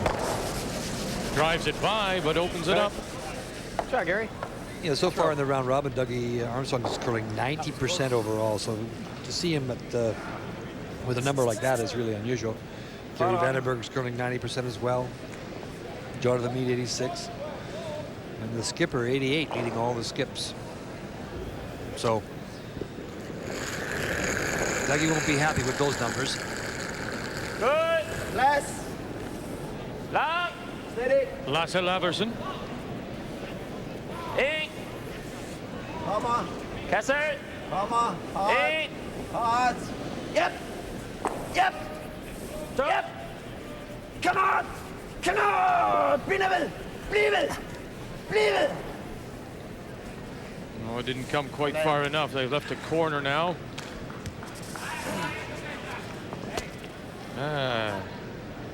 He's not teased into playing it and coming around, huh? He could get to it now. It's long enough, but he's going to play it off the front again. Yep. Jonathan Meade this time. See if that something happened over here. Okay.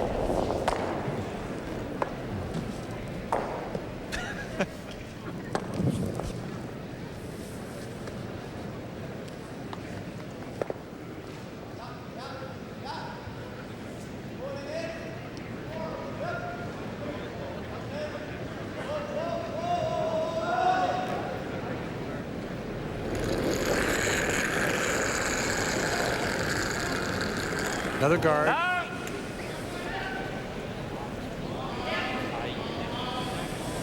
In. Op. Vinde. Til allersidst. In. Længere end før. Yep. På. Yep. På.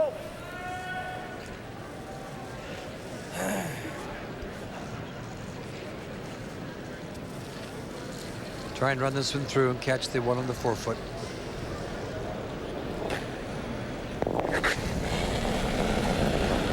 They've had 4 cracks at it. Yep. Jonathan Meade now with his second chance. This time, oh, he jammed it. Sorry, John. Good throw. Fresh, boys. Yeah, I know.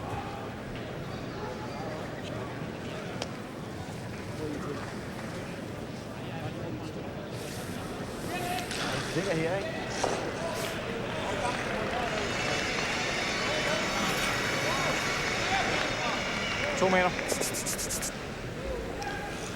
We haven't seen Sweden and Finland in a while. After Sweden opened with 3, the Finns came back with 1, and they blanked 3, 4, and 5, and now in 6. The Red Stones, Finnish Stones, lying 2. And this will be the final stone coming up for the Swedish skip, and that is Per Karlsson out of Sundsvalls at 2 and 4 against Markku Jussi-Pavoniemi of Finland, also 2 and 4. This is an angle raise to possibly get 1, maybe a deuce if he catches it right and he gets the right kind of action. Angle in. No, he jammed it. And so it's a steal of 2 for Finland in 6 and a 3-3 tie.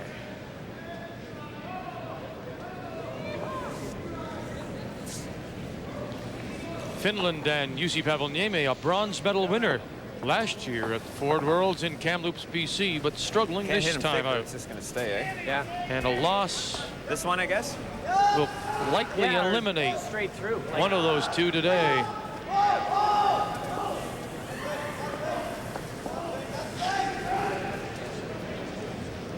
less. This one first.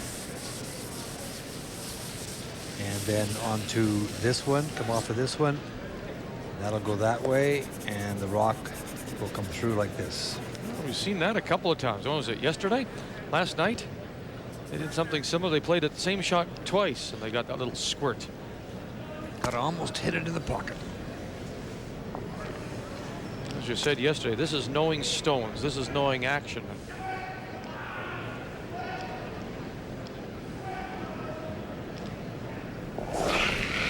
Peeking at Germany and Switzerland as well. The Germans without the hammer.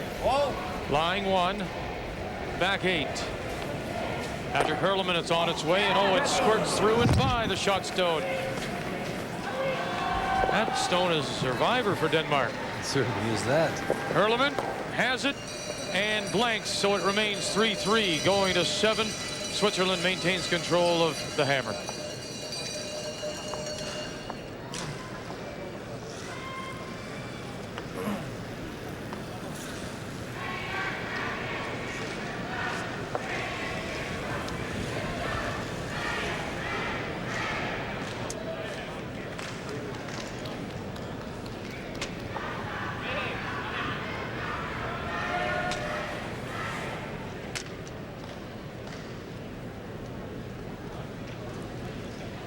It was pretty big, though, wasn't it? It was good, though.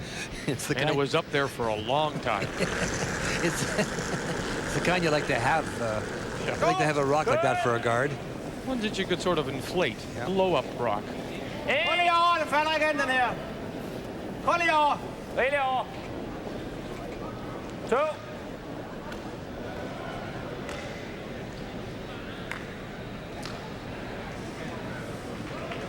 Over curled. Det er der lige lidt for meget. Ja. Så er der måske lidt mere køl. Måske lidt mere køl. Ja. Jeff will look for the blank here.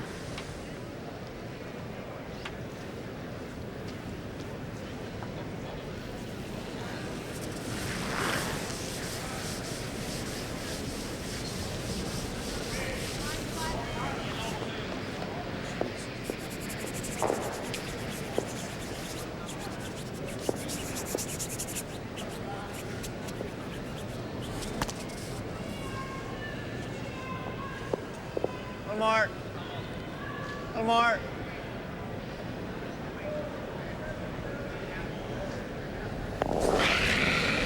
Final stone. Yep. Stoughton, Canada leading 6-4 here in 6. Nothing yet. Hugging that line. Got to get by that center guard. There it is. Catch something. And just enough. To blank here in 6. That stone stayed there until the final, very last Canadian stone. 6-4 it remains. Canada holds on to the hammer.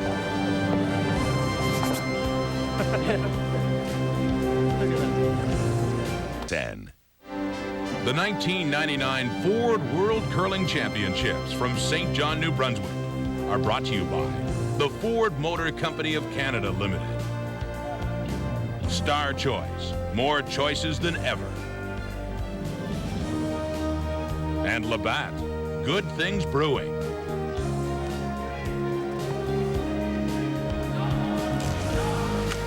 An update for you, Scotland and New Zealand as they play in the 6th.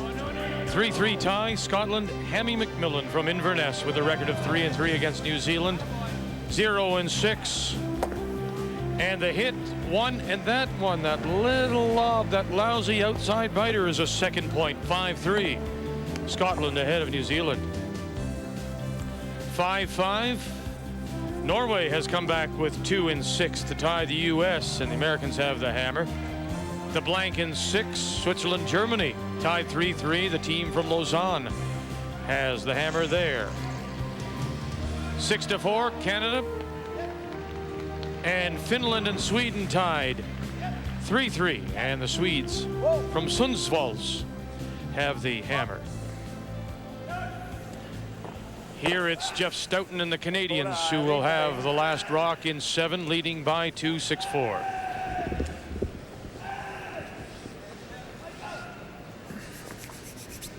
Well, Jeff threw that last one to blank the end, and halfway down the ice, I think everybody was holding their breath because it looked like he may have just sailed it by him, but it caught the corner of it.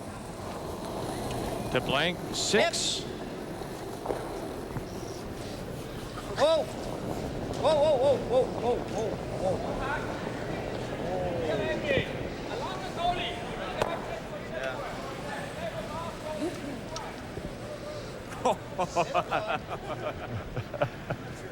No, I don't think it, maybe it doesn't. You need a new broom?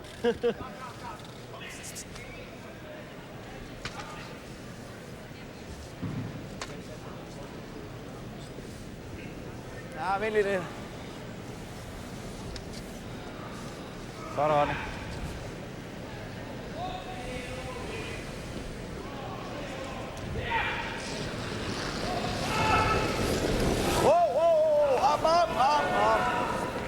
The rock just hung on, and he's going to play it. It's way at the back of the 12-foot.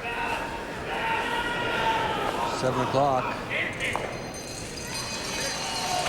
Oh.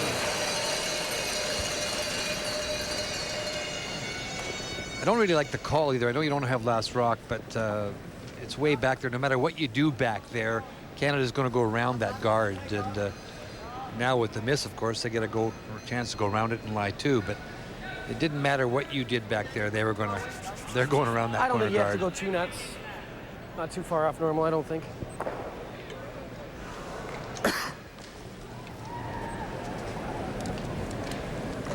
That's one. South.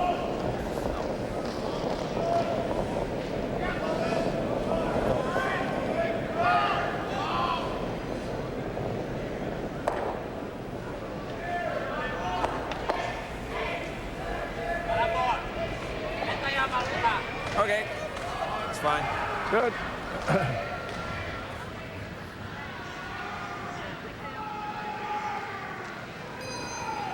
Just a reminder, tonight on TSN, in Southern Ontario only, the Maple Leafs and Ottawa Senators as they run towards the playoffs, 7 p.m. Eastern Time. The rest of the country, however, will see draw 8 of women's play from these Ford Worlds. Colleen Jones in Canada in a must-win against Germany, and Andrea Schopp, both teams at 3 and 4. One of those teams with a loss will be eliminated. Canada needing some help. They need to win and then hope that some teams fall back and join them.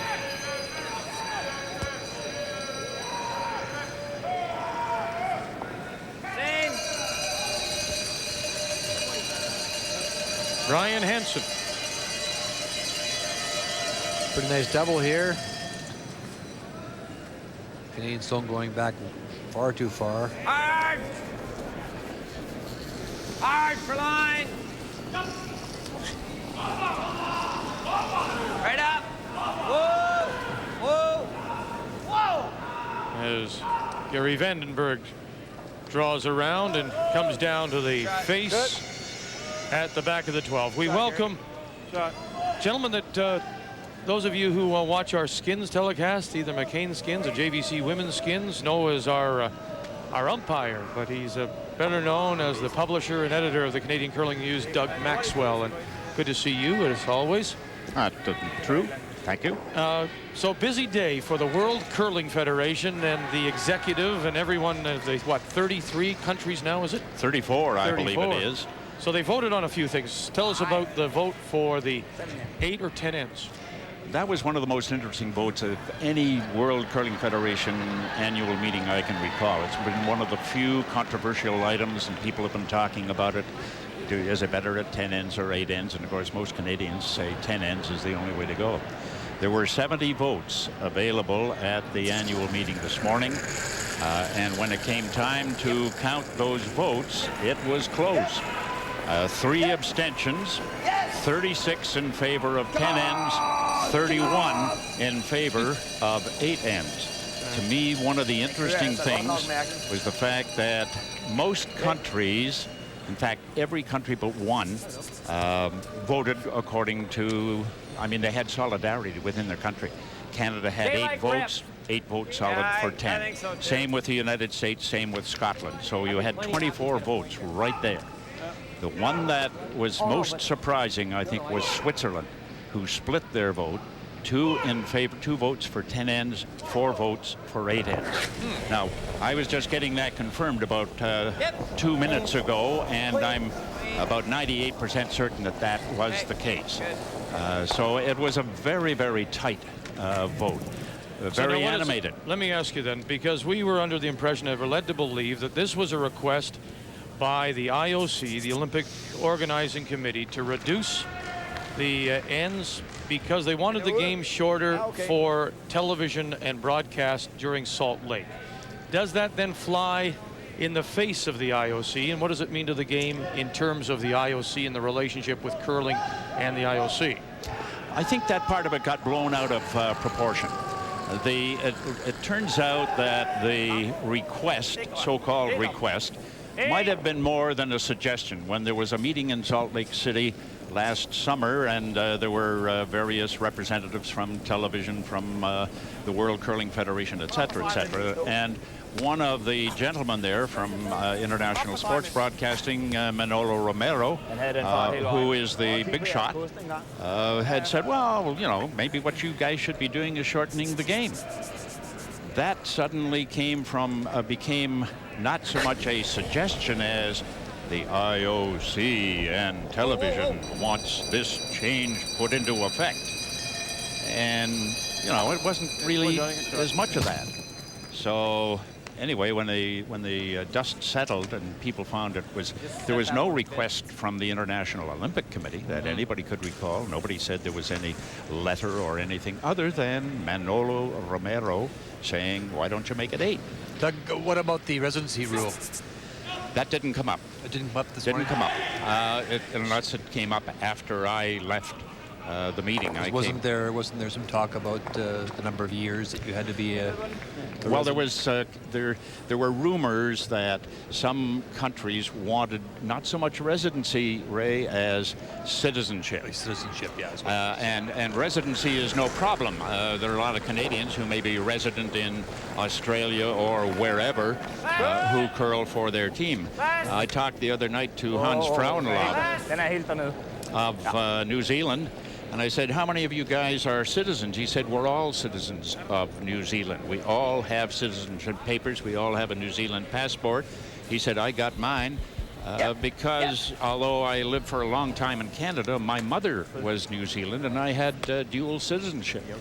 So I don't think the citizenship one will surface. I can't see it, and as far as I know, it didn't come up. Anything else of note that they're voting on that might affect the game? Well, it might affect you guys. Uh-oh. They wanted to make it mandatory that players would have to wear microphones instead of now where it is optional. And that got shot down. And I think wisely so, because we know that a couple of cases at the Olympics in Karawazawa, that television sent somebody out onto the ice and said, remove the microphone from that player because his language is a little... and some of them aren't comfortable, are they? I mean, let's be honest. Some of them don't like it. They don't like the extra little dangly bit off the back of their belts. So. And, you know, I think it's perfectly okay now to say, look, if you feel comfortable with it and you'd like to wear it, then we as television would like you to have it on so the fans at home and all the viewers can have an opportunity to hear your conversation. But if it's going to mean the difference between playing a lousy game and being unhappy and so forth, well, then drop it. You have to be a little careful because it's a huge part of the game, because it's what makes this sport such an attractive television package. And if you take it out of the game, in other words, if it disappeared from the game, I think you'd lose a huge amount. Making it, I agree that you know, you don't have to make it mandatory. It's, but having said that, I really think it's important that we have the microphone. Very much so. But there has been no move that I know of from any of the players to say get rid of it. No. Doug, we thank you very much. So it's 10 ends, and it stays that way. That's the vote today by the World Curling Federation. And we look forward to reading your paper throughout the year, and we look forward to seeing you next fall at both the McCain TSN Skins game and the JVC TSN Women's Skins game in Thunder Bay. Thank you, sir, and enjoy the rest of the Worlds. Up and down the sheet as Ulrich Schmidt and the Danes play their final stone, and they'll play one to the back, and again it'll be an opportunity to blank here for Canada. So your thoughts on that? We see this that they stayed at 10, the smart move. I think it's, Get your broom going. It's terrific. I mean, I don't think there's any need, it's not necessary at all to change the game to 8 ends, and I'm just a little nervous about what would happen if that did happen. We talked about it last night, you and I, Linda, about the fact that you know, with just 8 ends and then the rule, you might find more defense because people are afraid to go, knowing that if you get down 2 or 3, you don't have as much time to get back in the game.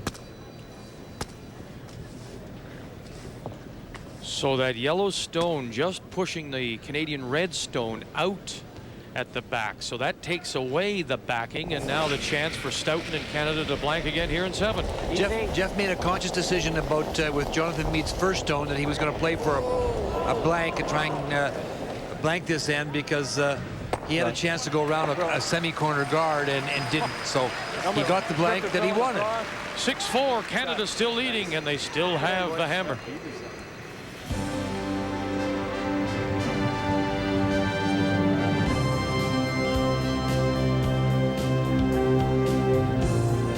The 1999 Ford World Curling Championships from St. John, New Brunswick are brought to you in part by Nova Scotia, Canada's seacoast.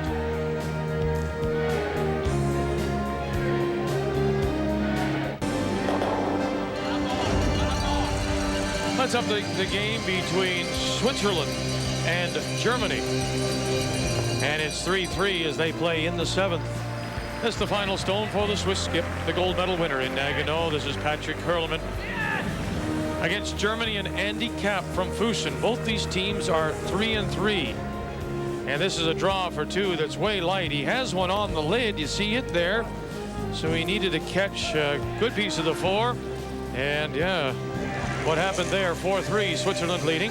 Now to Sweden and Finland as they play in the 7th in a 3-3 tie. Final stone for Per Carlson and the Swedes. And this is a draw for 2, but he'll actually raise out a possible second point.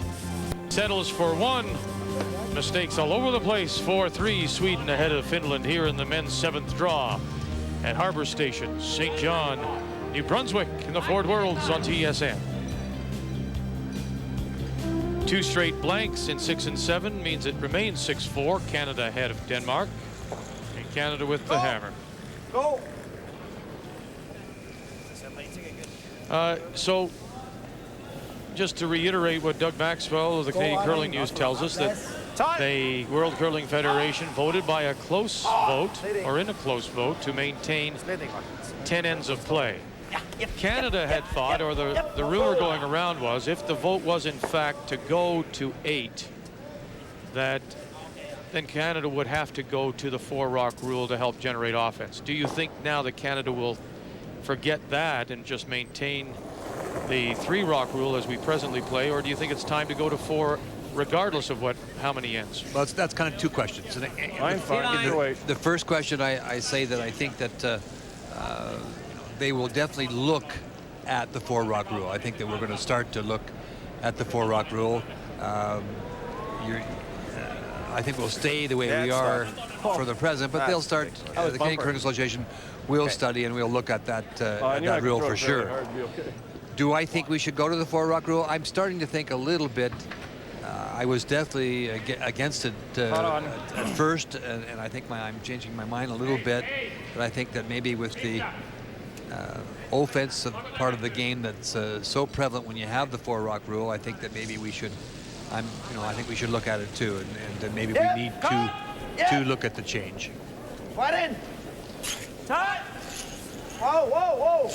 Put it over. Yep. Yep. Come on. Put it over. Come on, Mitten. Over.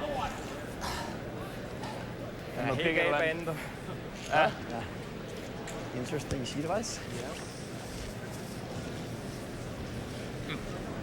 Yeah, I like this. Well, there's definitely a frost buildup. You can see it on the ice, and when you go out into that area, it seems to be a little heavier. Hard. Yep. Hard.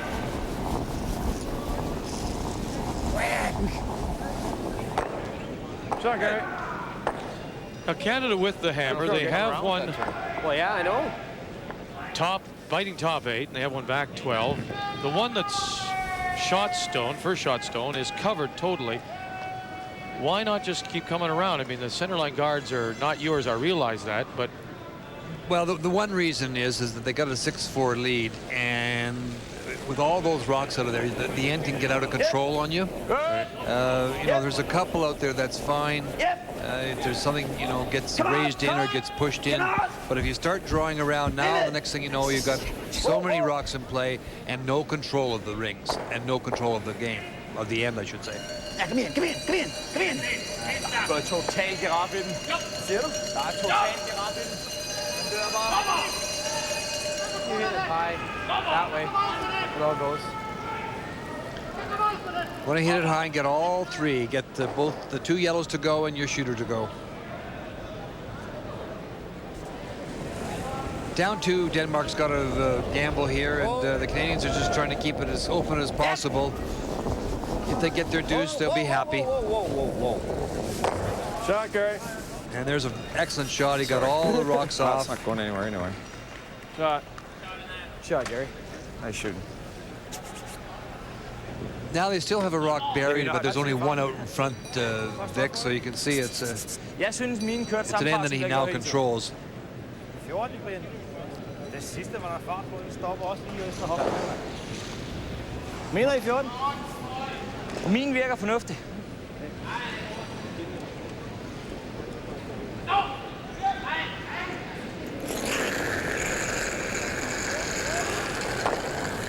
Lasse Laversen as we play here in the 8th. Canada leading 6-4, trying to win 7 in a row. Go! Ready? Go! Yep. Yes. Yep. Turn! Come on. Come on. Beat it. Beat it. Come on. Come on. E-line. E-line. Beat it. Whoa, whoa, whoa!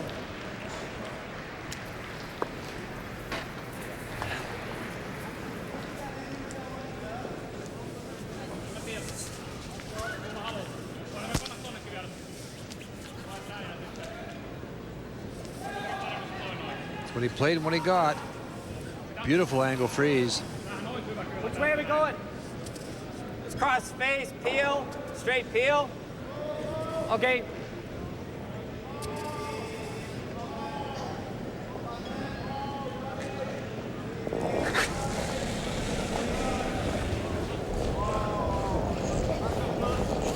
Yep, yep. Jonathan Meade. Yep. Whoa, whoa, whoa, whoa, whoa. Watch that yellow on the side. Boy, Johnny. Good. Pretty good reaction by Jeff, wasn't it? Saved by Jeff Stoughton off the... Avoided the double kiss. One up. That's the hockey influence. That's just... You think he was an old goalkeeper, I eh? don't Like know. yourself. I don't know that. It's keeping that stick not too stiff. Got to give a little bit and then fire it back. Yep. Yeah. Yes. I was a goalkeeper, not an old goalkeeper, though. Oh my Come on. Come on. You were an old goalkeeper. Yes, I was. Trying to get buried behind the two staggered stones. He's got great line here. Oh, he does. Come out the other side. Come through. Maybe a little bit, but it's set Are those second. two locked? Second shot. Yeah.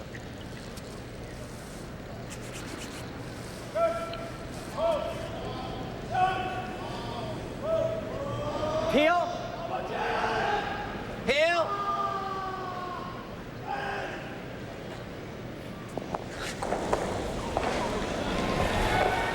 Yep. Whoa, whoa. Yep.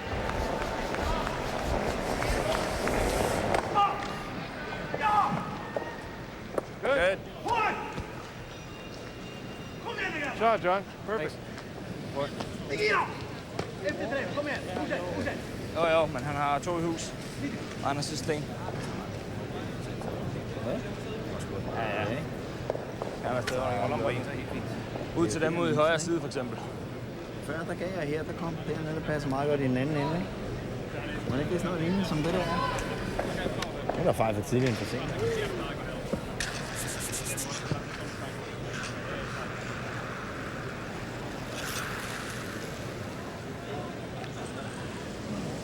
In a very big game on Sheet B, Norway and Paul Trulsen at 4-2 against the U.S. and Tim Somerville at 3-3. Well, I'll tell you, he makes a lot of shots. When he has to make big ones, he usually does. And Tim Somerville has to make a double here. If he makes the double, he could score 3, and that's exactly what he does. 1, 2, count them up. 1, 2, 3. In the 8th for an 8-5 U.S. lead.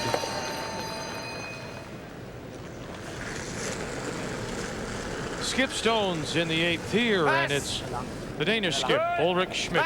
Ulrich better get another one in there. He's got line shot rock. The second, third, and fourth shot belong to Canada.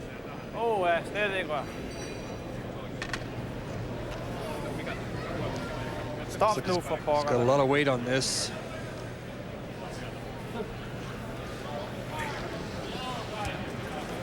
So first and second belonging now to Denmark without the hammer. Yeah. I think we'll get a quarter of a rock.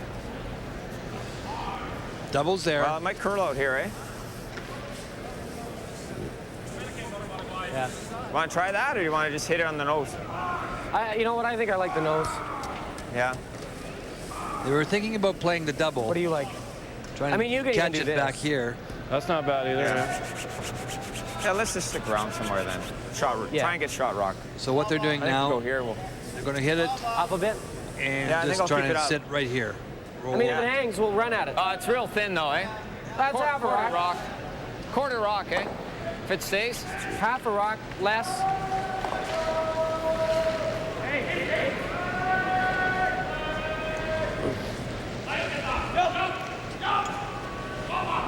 Stoughton and the Canadian men's team leading the field by 2 games as they began play here in draw 7 with Denmark-Norway at 4-2, and then the bunch at 3-3 that includes the Swiss and U.S. Finland playing Sweden right now at 4 losses, and a 5th would certainly be a crushing loss for either of those 2 teams. Stoughton's first in the 8th. Clean. Whoa. Whoa, off. Yep! Whoa, whoa, whoa, whoa, whoa. Yep! Hurry! Whoa. He wanted to be shot. He was caught in the middle. He decided to try and be shot rock, and then the last minute they thought they might get the double, and they didn't get either. Still almost got shot. I didn't. But this is a big shot for Denmark, isn't it? Oh, absolutely. He played this turn last time, down into this area here.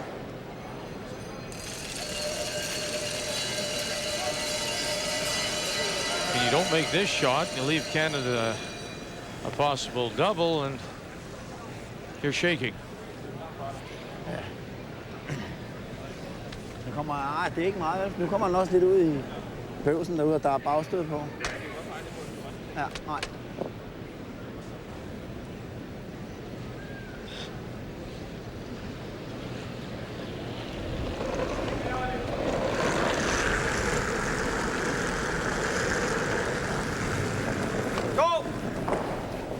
God plads! Lang. Plads!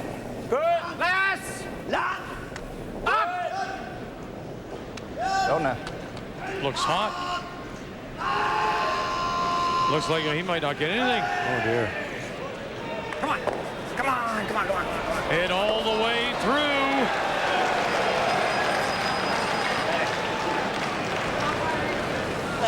Oh, dear. Anywhere in the rings. Send it. Well, not anywhere. You could want to set up a double, but another hit for 5, Vic. The 2 5s in this game. Here Jonathan Meade say to his skipper as he hit it down, let's end it. And who knows what his thought was, Schmidt, in the ice and the stickiness of it. Did he give it a little bit more? I put the watch on a couple of draws. I don't think the weight has changed. If you have to go way out on the sides, I think that could happen for sure. We saw rock fudge, a few ends ago, but it's been down the 4-foot path. It's been pretty good.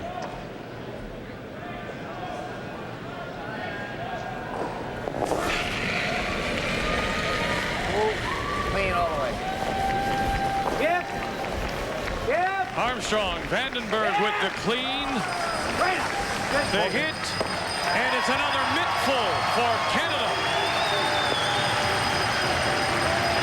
And it's handshakes and 7 straight wins.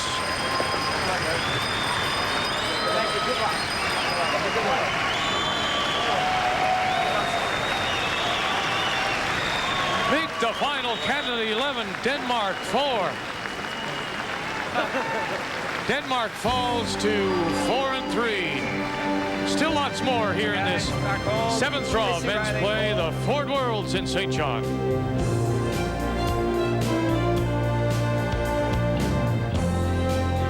Between Finland and Sweden as they play in the 8th, and a very important game for 2 teams sitting at 4 losses. Finland, Markku, Jussi Pavoniemi against Sweden and Per Karlsson, and the hit, and gets away with the jam at the back, and when you count them, there are 4 reds there. Ville Mäkelä signaling 4, and it's 7-4, Finland leading. Well, look at that. 5 in the 4th and another 5 in the 8th, and that adds up to a big win in 8. 11-4, Canada wins it as we bring you up to date late in this 7th draw of men's play. Scotland with a 5-3 lead over New Zealand, and the team from the South Island, first-timers here, have the hammer. The U.S. got that 3 on a nice double by Somerville to lead Norway 8-5. Switzerland and Germany 4-3 as they play in the 9th. And it's the Germans playing Yellowstones from Fussen, skipped by Andy Kapp, that have the hammer. The Swiss, Patrick Hurliman from Lausanne.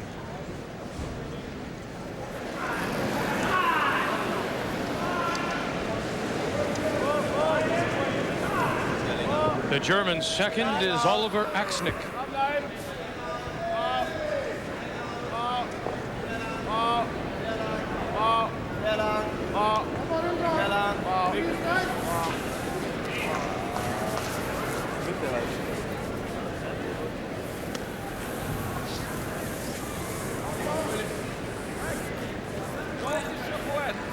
Well, you mentioned earlier, Vic, that this is a big game for both these teams, sitting at 3-3. So one will drop down to join those with 4 losses.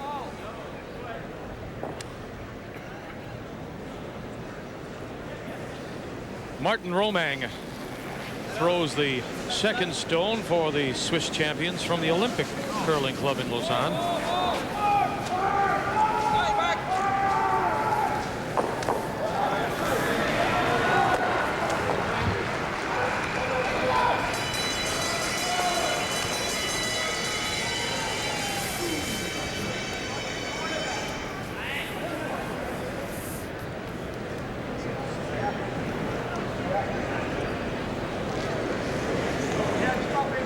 Fourth appearance at the Worlds, and they've done well, this German team that's been together now 7 years. They won a couple of bronze medals and a silver medal. They lost the final in '97 in Bern to Peter Lindholm.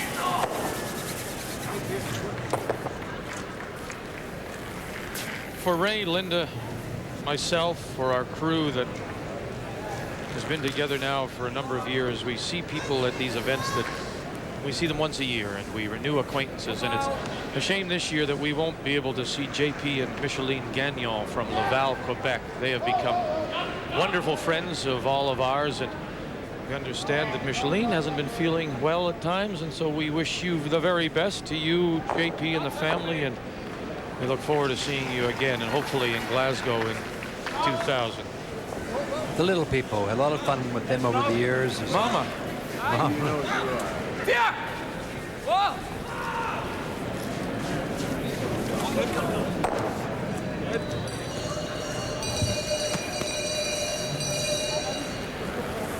It's been a hard-fought game.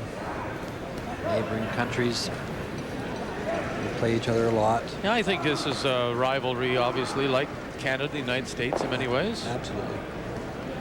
There's that big brother influence as well in Europe, you know.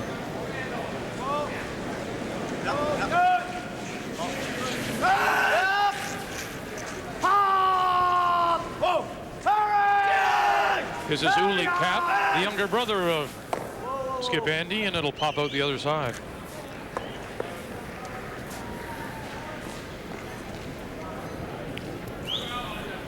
Let's go back to what you were saying earlier about the conditions and the frost, and being more so towards the outside of Harbor Station. If that's the case, and this sheet right in the middle should be the least affected. Yeah, the center sheet's the least affected for sure.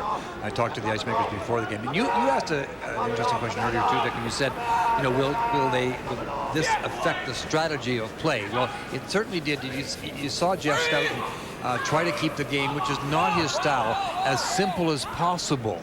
Now, he ended up getting 2-5 ends, but that was basically on misses and things. And he got some rocks, you know, on the edges, and Ulrich Schmidt decided to try and steal the end. And I don't blame him. He was 2 down, so he's trying to get himself back in the game.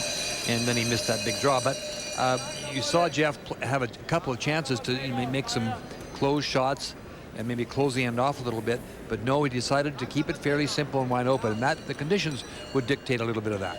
Now, in that last end, let's think back. Those stones were grouped as we looked at it, to the left side, which would have been away from the more frosty side. Direct result of that, do you think? Or just happened to I be? can tell you, no, it's a fair question. I mean, the play would be to that side because that was where that's the way it was curling, to that edge, okay? And we saw Ulrich trying to get, you saw Jeff run off a long guard. Remember you asked me about that? And then the tight guard and trying to get the double peel. And he squeezed one rock in the rings and then he peeled again, even on a frozen stone. And so, you know, he wanted to keep that end simple, then with the big miss bang. So Skip Stones to come here in this ninth. Switzerland leading Germany 4-3.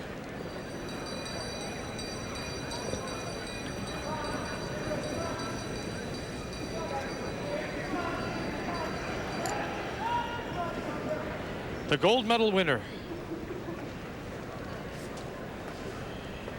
at Nagano and the Winter Olympics, Patrick Hurliman out of Lausanne.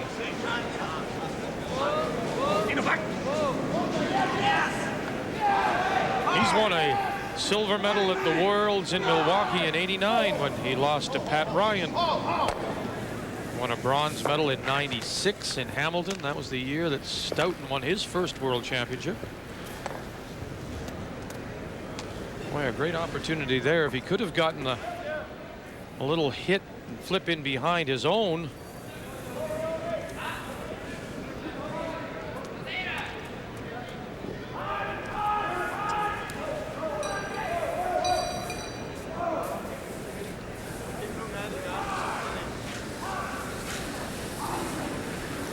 I understand it's still raining outside, Vic. I think it was raining hard at noon hour when we were in between games, but when you came in, but you know, that's a lot of humidity and it's changed the...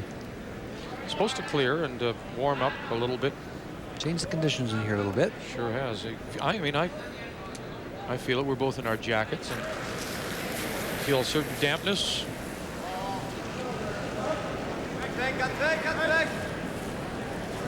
97. His team came within one game of winning the World Championship.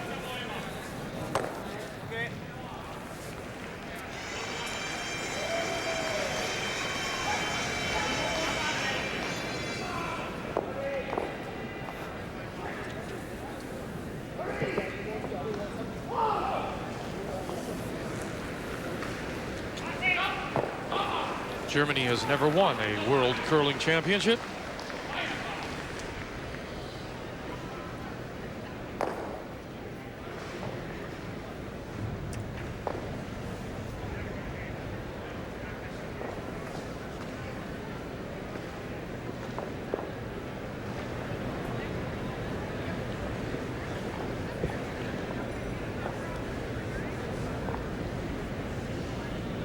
Considered one of the teams to beat coming in, coming off their gold medal and their experience, but it's been a bumpy start, and now sitting at 3-3, this team has gotten it together a little bit. Hurliman in Switzerland, and he'll sit right there. So the Germans will look to blank. Now we've seen in the... We'll explain this, Ray, because we saw teams give up hammers. We saw the Canadians give up the hammer. Now they were up by 3, of course, when they did it. Would you ever consider, in this case, in the 4-rock rule, giving up the hammer to tie and come home without it, or do you want to hold it? You don't see it often, but nothing in this game surprises me. But is it something to consider? Because well, you do get the 2 guards up front, but theoretically, the reason you wouldn't do that, Vic, is that in your mind you've got the game is already tied, and you're just going to try and find the extra point to try and win it. So you're looking to blank here. And they will. The Germans do get the blank in the 9th. And they will have the hammer coming home. Switzerland leading by 1, 4-3.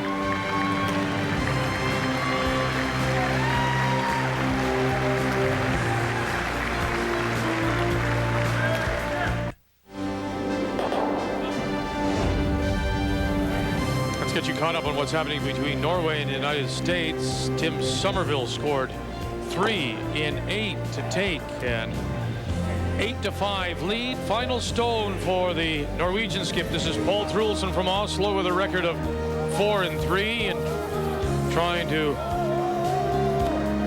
keep himself in it, and he'll make the draw for a couple. So it's 8-7, U.S. leading, and the team from St. Paul will have the hammer coming home. Now let's go live to the game between Scotland and New Zealand. 5-3, the Scots leading as we play here in the ninth. Final stone for Sean Becker and this rookie team. First time ever at a World Championship for New Zealand out of Ranfurly on the South Island. Just the 4, guys.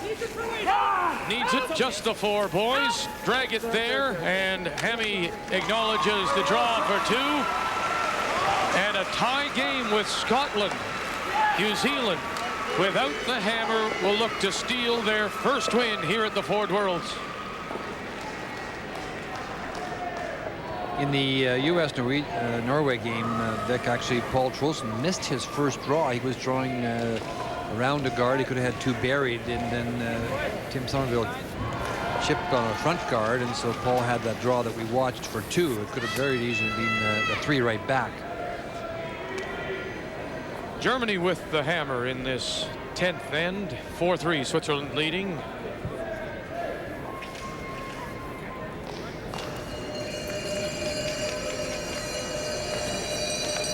Swiss came in, up goes an off-center guard, the Yellowstone, and the Swiss come in again. So top 4, back 4. For the German lead, this is Holger Hohn.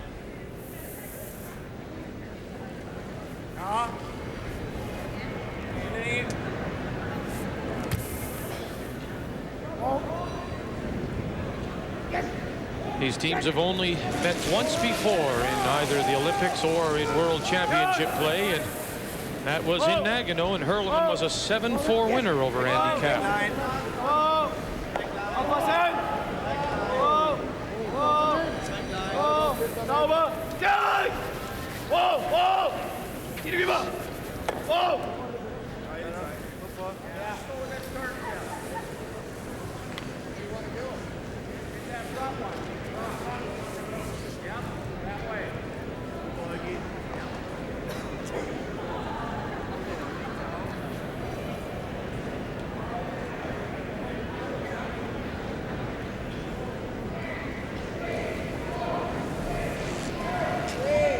Martin Romang, the 31-year-old physical education teacher, personal trainer.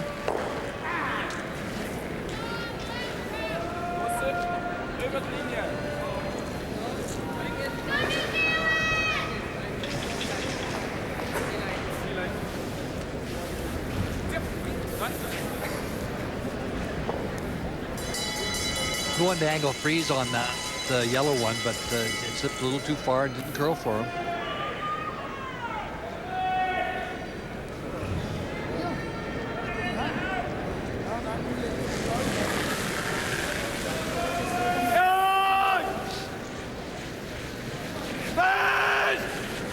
Olorexnik.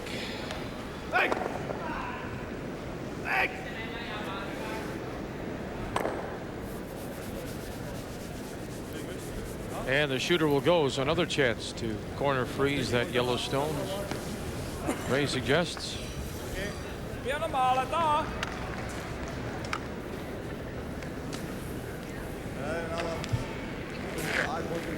Looking to put the stone right in here.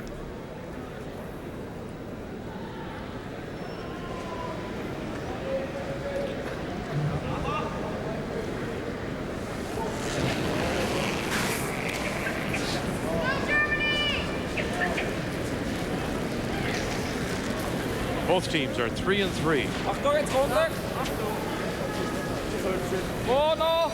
The second last day of round robin play at these Ford Worlds. The men will play 2 more draws tomorrow. Canada will play this German team in the morning and then wind up against New Zealand Thursday night.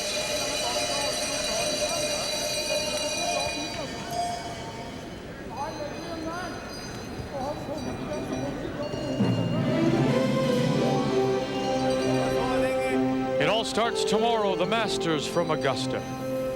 We'll have a preview of it at 3:30 p.m. Eastern Time here on TSN, and then first round coverage as well as the second round on Friday. The Masters on TSN.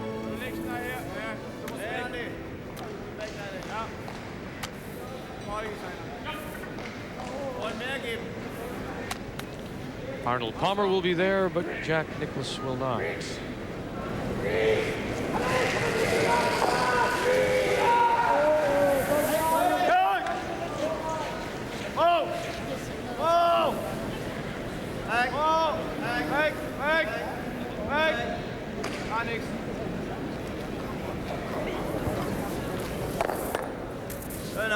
That's good. That's good.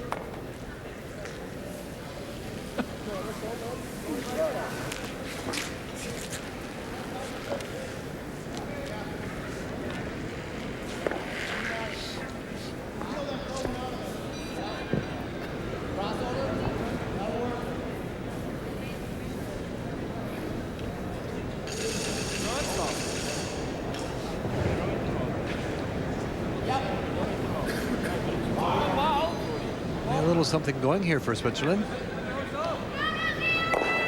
Without the hammer in the 10th. Have to steal. The Germans are down by 1, so Germany looking to get 1 to tie with the hammer or 2 to win it.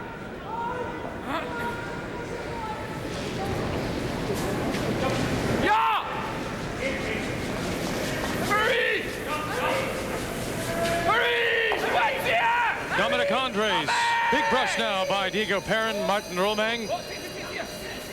I find that a really interesting call. That shot is always there. I would solidify the front with another guard.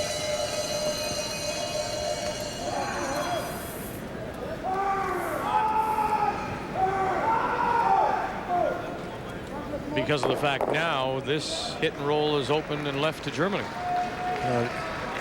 It is for sure, but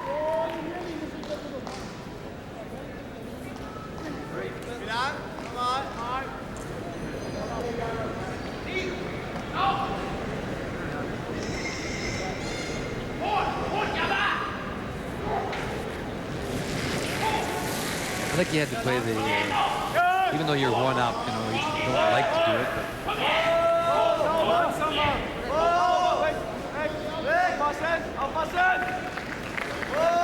This is Uli Cap. There's a chance now. And there's the roll and right over and oh goodness, right on the face. What a great shot. It's as if it had eyes. Right to the nose.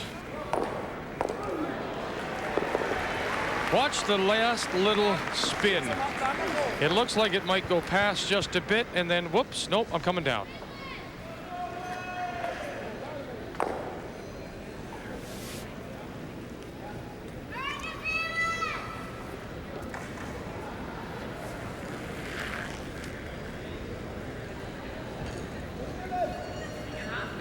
So that's the one that the Germans need to tie the game. And the Swiss scratch their heads.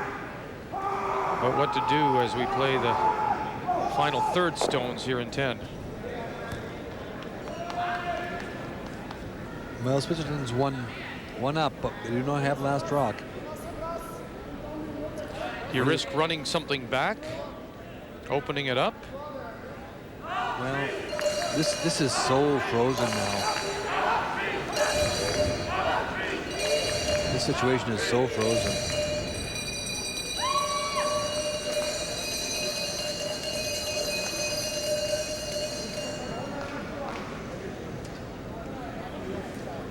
We don't know how this intern is curling. Get around with the intern this way. Neither team in time trouble. The Swiss are at 9:45 and counting down, and the Germans have 7 minutes remaining.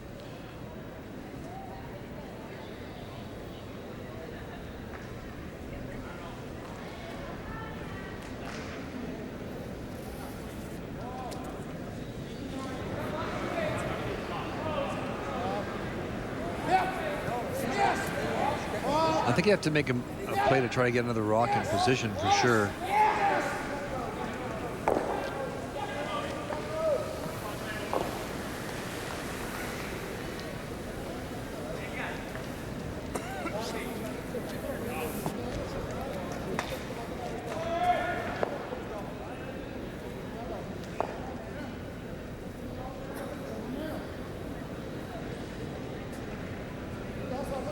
Well, with that, I see It's going to hit the front one. Dominic Andres. So is this a concession by Switzerland to try and hold them to 1 and then play for the extra? Well, they're worried about that rock being tapped up, so they're trying to get it out of that position.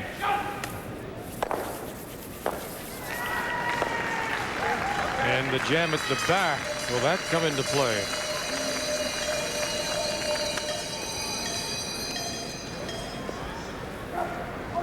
It's a pretty nice opportunity for Germany now to get around here.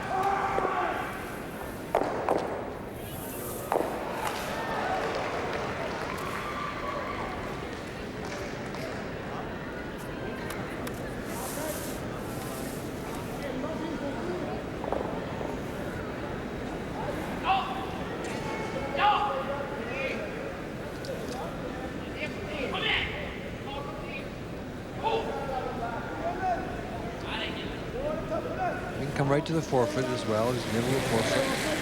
Final stone for the German third, Uli cap.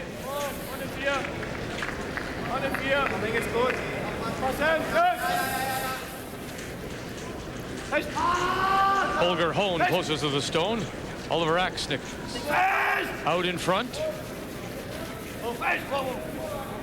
And they'll bounce off and sit open top edge of the 8. Not too bad.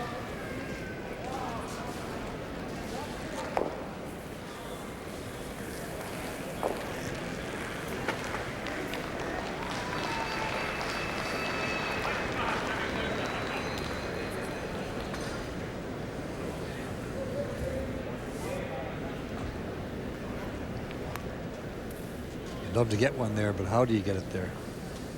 And that's the problem. Switzerland 1 up without last rock in this end.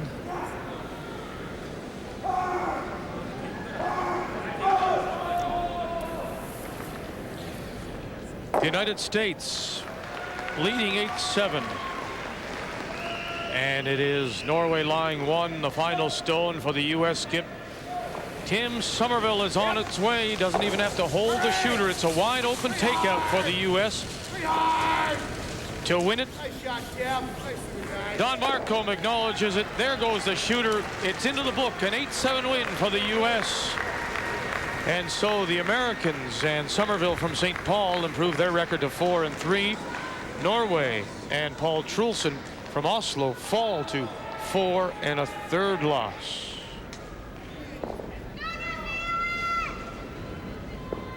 Well, you mentioned that the time clock is not a factor in this game, and obviously with the amount of time that Patrick Hurliman's been taking, it's a good thing it isn't. You'd love to get one into the top of the forefoot someplace, but how to get it there is the question. Could you angle that? Is there a way to get to that that red stone sitting top 12? You can't see very much of it. You can only see it does curl, I think, pretty big there, but you can only see half of it. The one that Victor was talking about was maybe trying to push this one here back, but you can't see a lot of it past that rock. The last time they played the hit on this one and sat right there. It's another possibility.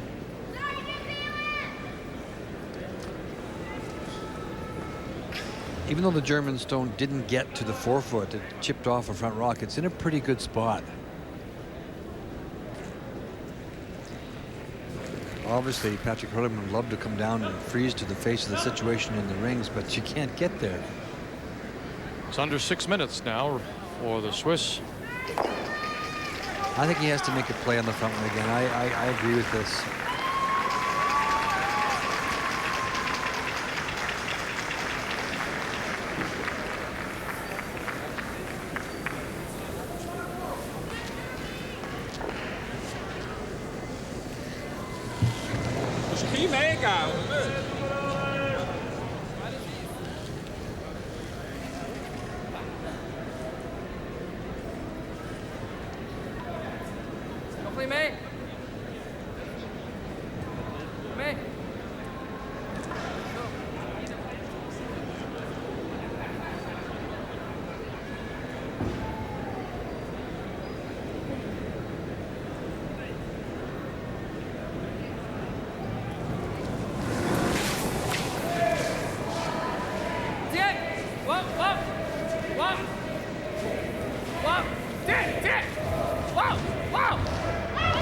Finns first.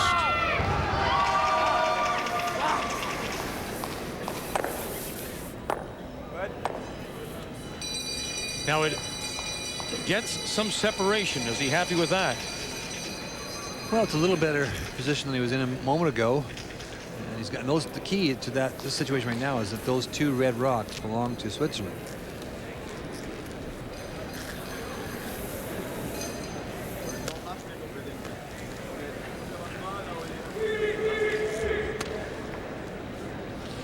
In the all-important game between Finland and Sweden, both teams at 4 losses, 2 and 4 coming in.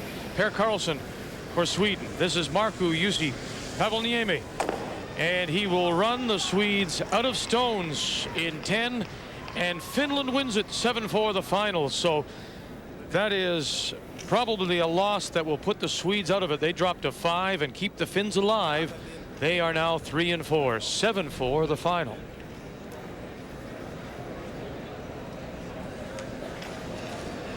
Talking about trying to come off here, I'll just make that a little straighter for you. Coming in here, trying to hit this rock thin, pushing it this way, coming across, maybe catching the back of this one, pushing that way, and the shooter maybe coming forward like this.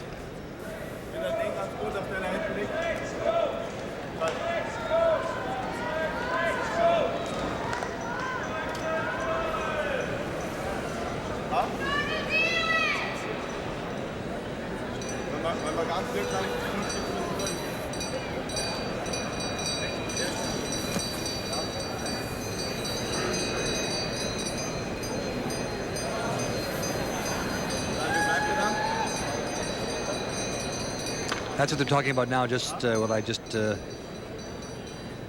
diagrammed for you. Now the Germans with 2 stones to play are under 4 minutes. It's 3:50 and counting down.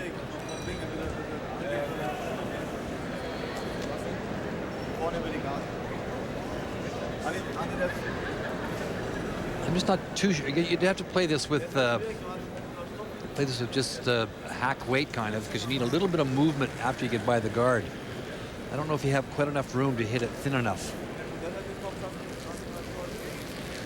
This guard here is causing a little problem to hit this one here thin enough to come across and hit this one, the back of that one, sort of pushing it a little bit this way, hoping that the rock will go forward.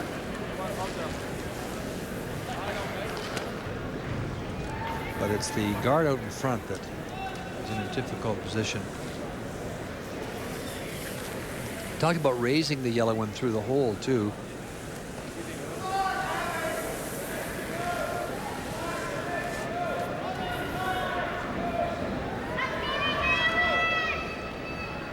That's what he's doing. He's trying to play the yellow one in through the hole. Getting his own through the hole with pretty solid weight.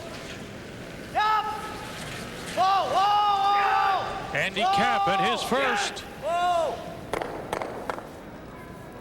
Pretty good shot. He moves the Swiss stones and leaves his own stone. Top 12.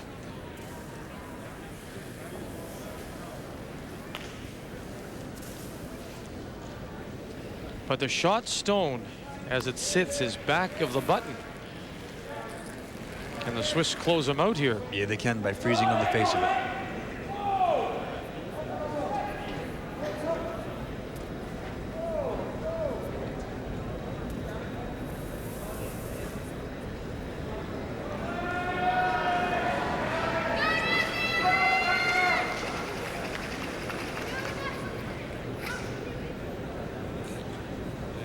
Canada already a winner, 7-0. They are now 3 games clear of everybody, and they will finish first. No better than 7-2 should they drop their last 2. We could have as many as 5 teams tied at 4-3 after this draw as they bunch up. That'd be really nice. But Canada's through. Yeah, that's the good part.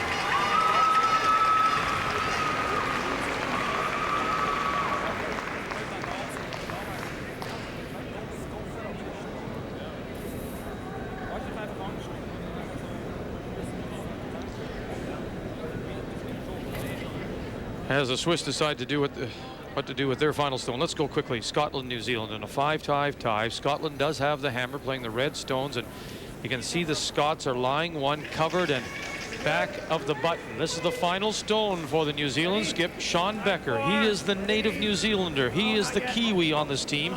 The other members are originally from Barrie, Toronto, and Winnipeg, and trying to play the straight tap up. And will it sit in time for him? No, it'll go through. And so Scotland will win it.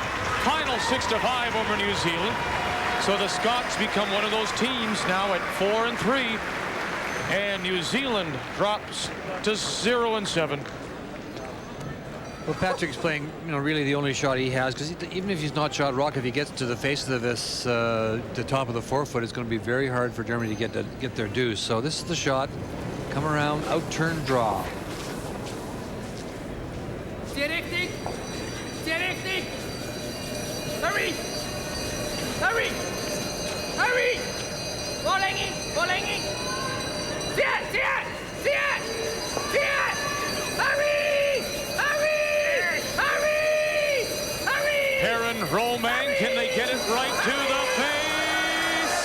Oh, I don't know if they even got it there for shot. I think it's short. It's the yellow at the back. Germany is lying one. That's the tying point. Now, can you get in there, Andy Capp, for the win? They had to stay on the brushing all the way. Just pulled up for 4, 5, or 6 feet, but that was enough to let the rock dig in a bit. You can carry these stones. It's great brushing ice.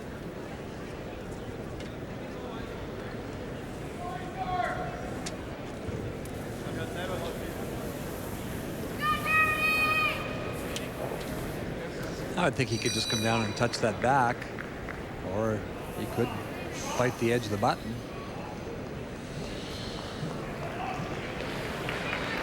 Back 8-foot weight.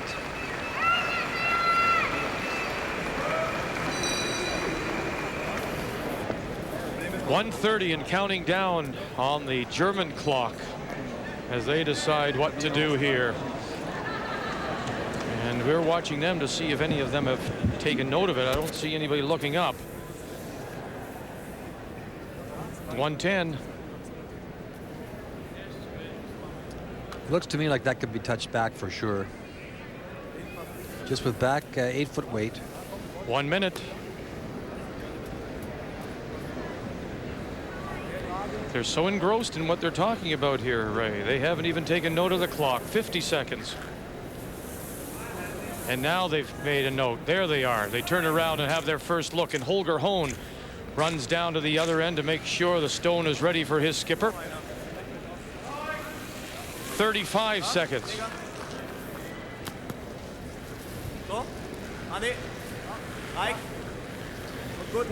He's just drawing, trying to catch a piece of this button. I'll just clear that and put the rock in for you. Just catch a piece of this button there. He's got under 20 seconds now, and I don't know. You don't want this. This is a little bit of added pressure here. He's got his one, and he's safe with 10 seconds left. His final stone is on the way. You don't want to touch your own yellow as well. The worst thing you do is bounce off it. Axnick and Hohn, can they drag it there to get the second shot? Line is good, they think. And it's going to come up light. They'll look. It is one yellow, one for Germany, and they will play an extra here in this 7th draw of men's play. The Germans and the Swiss, one of those teams will go to 4-3.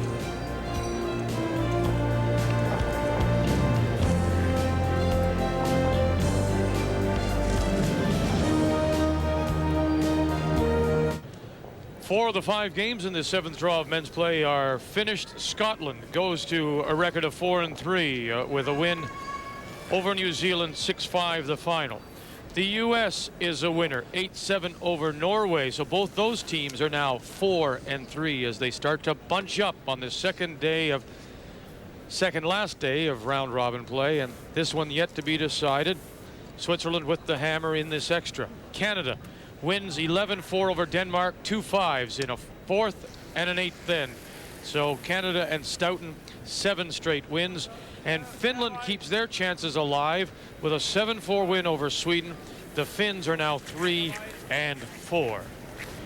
First stone of this extra from the German lead. This is Holger Hohn out of the Fussen Curling Club. Well, that was interesting. That was a very tough draw. He had to bite the edge of the button for his second point. He could see half the stone. Well, maybe a little less than half. But the way the rings are and the houses are not quite as lively today, I would have thought that maybe he could have played that with. It's dangerous, of course. If you know, I don't think it was ever going to. You could never curl to the face of it, so you couldn't drive it back onto your own deck. Okay. So if you caught the outside corner of it and pushed it back with about 8-foot weight, I think you could have rolled the shooter over to be second shot rock. Interesting. The corner of the off-center guard goes up from Germany, and Switzerland plays in and away.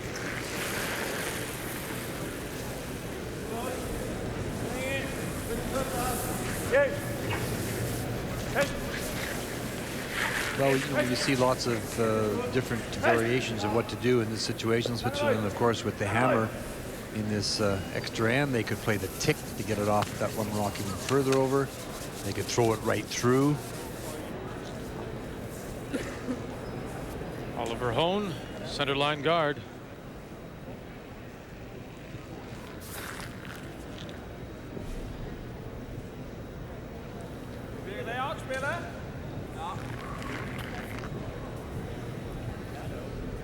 This is the Swiss lead, Diego Perrin from Zermatt.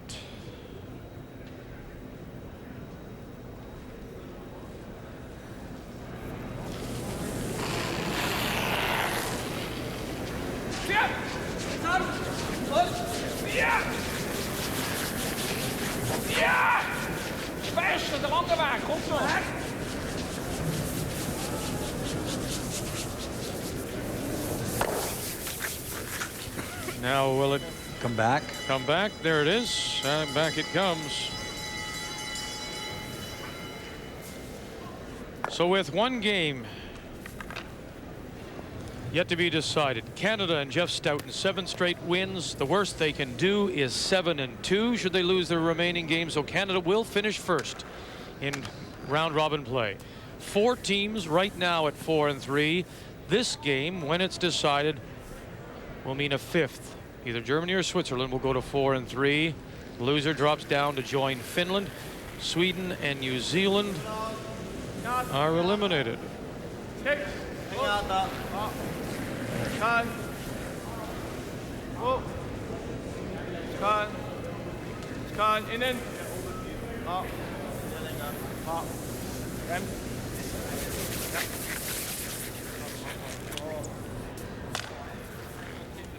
And just a reminder about the network this evening. Those of you in Southern Ontario will see NHL hockey, the Maple Leafs, the Ottawa Senators. That's except, of course, the Ottawa area and Eastern Ontario. 7 p.m. Eastern Time. The NHL on TSN. And then the rest of the country will see draw 8 of women's play from these Ford Worlds as Canada and Colleen Jones in a must-win. Simple as that. They have to win against Germany. They must win their last 2 games, and they need some help. They need some teams to come back.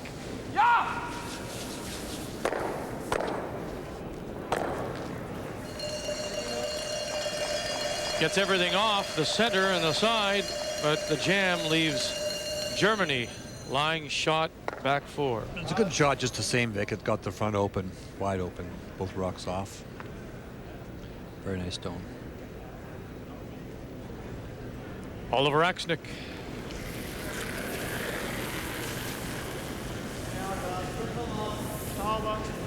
Andy Cap has to steal this after taking his single and 10.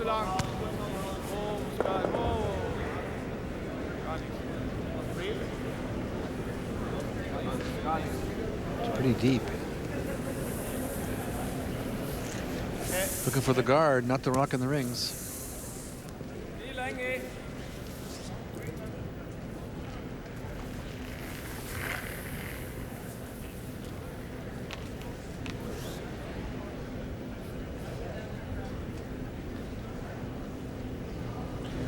Martin Romang will try and run it straight back and kill them both.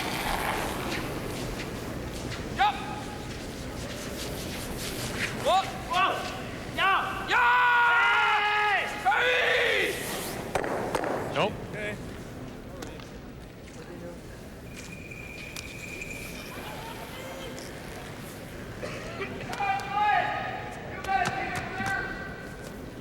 This German team, the youngest in these World Championships, average age just over 28.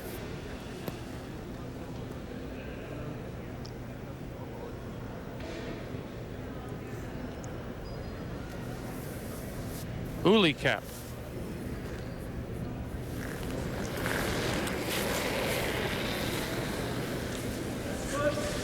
Kick. Sauber. Sauber. Oh, sauber. Oh, easy. Middle guard, middle guard. Wow. Wow. Sauber. Ja, ja. Ja, ja, ja, ja. Ja!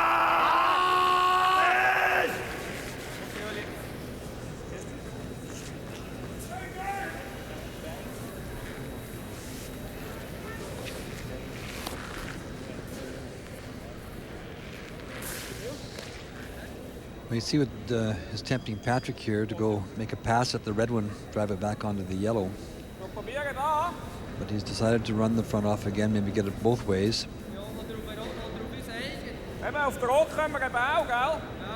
Or do you want to go after it now? Okay. Your Swiss German is better than you thought. Absolutely. I've been around you a long time. Mm-hmm. He talked about trying to maybe hit this one onto that one and then getting it to come off that way. But, you know, it's a lot. This way he can drive the shot rock back into this situation.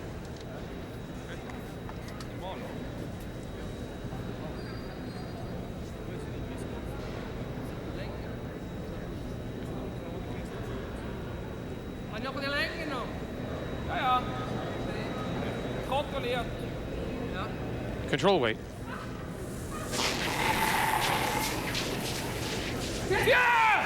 Quickly. Romang, Perrin, then back off. Angle it back. Avoid the jam if they can. Oh, they'll kill their own. And Swiss Stone actually flips in behind and might now present a problem getting that yellow one out. Mm-hmm. But that looked like, I don't know what their control weight is, but if that's their control weight, it's an awful lot. It's a big weight. He threw that pretty hard, Mm-hmm. didn't you think? Yeah.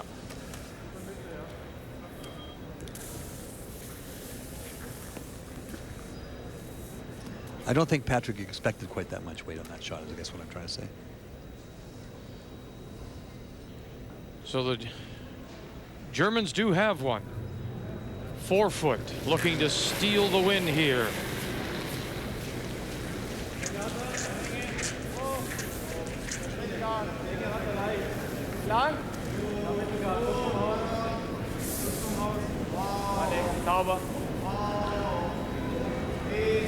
Not talking about the Formula One team Sauber, they're just talking about clean.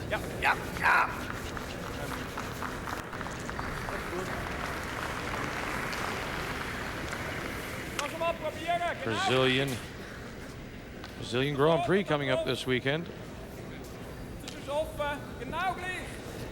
Well, that's a nice guard, right on the center line.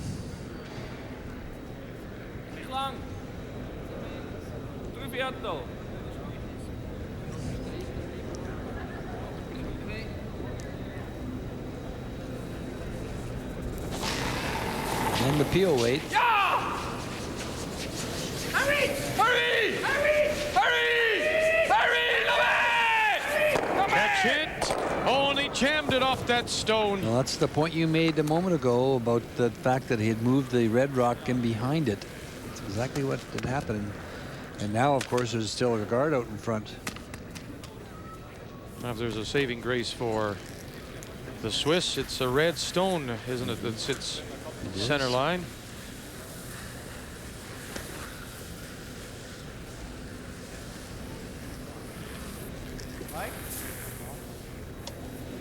Das macht nichts. Wenn er richtig reinkommt, ist er perfekt.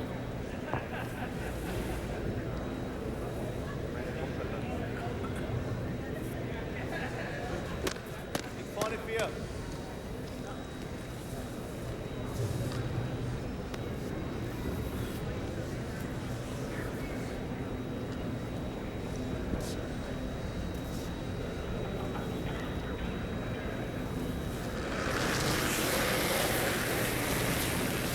Six out-turn draws, and only made half of them, or about half of them. Maybe hoping to make this one. Hohn and Axnick. Here comes Uli Cap to help out big brother. Well by the center guard, and he'll come up short. He had great line, though, didn't he? Terrific line, just a little light.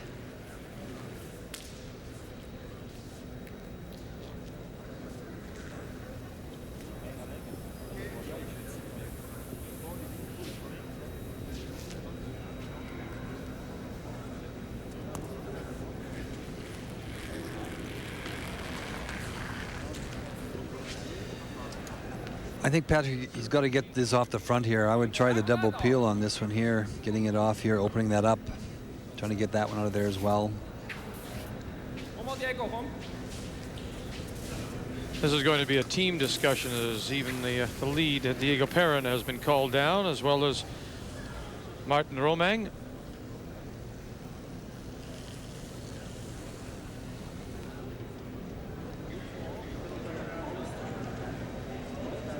They're given 10 minutes to play this extra end, and the Swiss are coming up on 4:10 remaining. 2 stones to play. This is a very important game for both these teams. The winner moves up to 4 and 3. The loser drops to 3 and 4, and with an outside chance.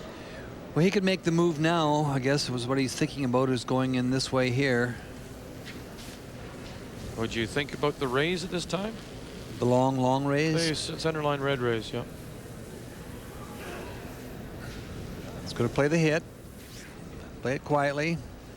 As opposed to drawing through this hole, he's going to just play this down here quietly. Try and hit this and roll over in here.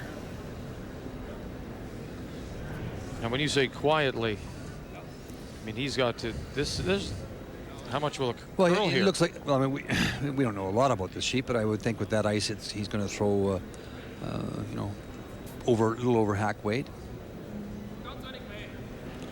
Just a little bit more. Patrick Hurliman getting ready for his first.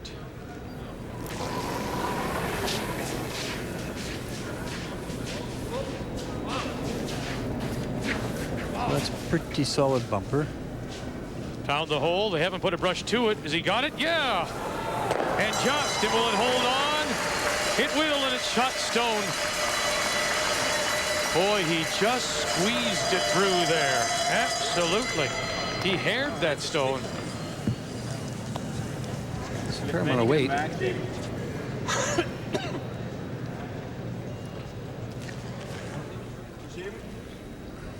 See, he just gets by the front one. Oh. And it stops back 12. Now the Germans with their final stone. What will they do? They've got a couple options. They could play the raise on their own, or they could play through the hole with the draw. Here, they could also tap this one, I guess. First thing out of the mouth of Vandenberg was, what ice do we play to come through that hole? They weren't sure. Aber bei dem, wenn er da ist, muss auch nicht wahrscheinlich einfacher. Nein, für ihn jetzt meine ich. Ja, für ihn hat er ich aber für ihn wieder offen. Ja, hat er genau das. Dann hat er auch einen Vierfuß zum Legen. Ich weiß echt nicht, wie der Eis wird. It's a pretty big hole. You know, it's the 11th end, an extra end. You should have a pretty good idea what it does here. Sein Take habe ich gerade auch ziemlich kalt. vorbeikommen. Also wenn du den richtigen Turn hast, angekommen dann.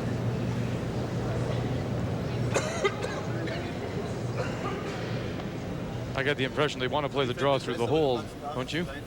Yeah, and I think they should have. It's you know, it's not a huge hole, but it's certainly a hole.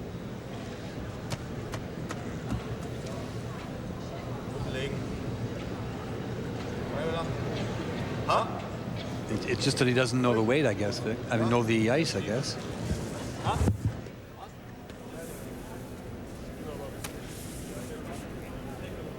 Right there. Just deciding on how much ice to take, and they've made their decision on that to try and draw right through here.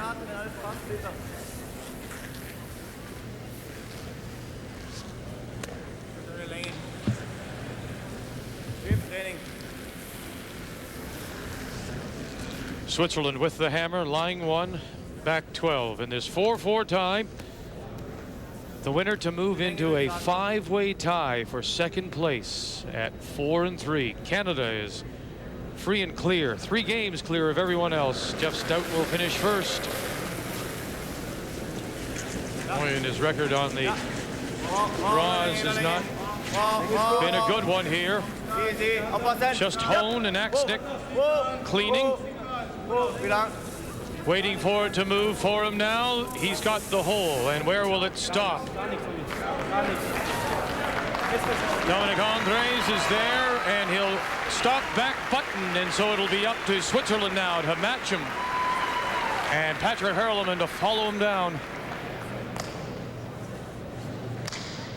Just didn't finish for him, didn't suck around. It's fully buried, actually, Vic. It just, you take 2 feet less weight, and it's absolutely perfect. It's in front of the forefoot, or front of the button.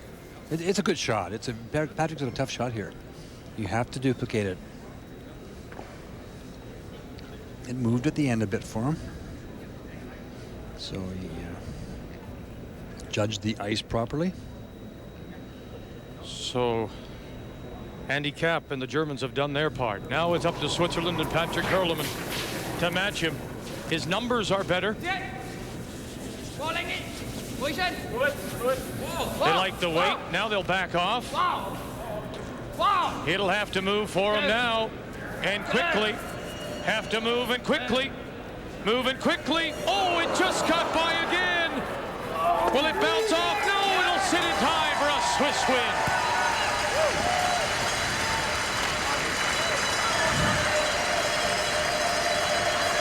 That was 2 stones by Hurliman that he absolutely haired that guard.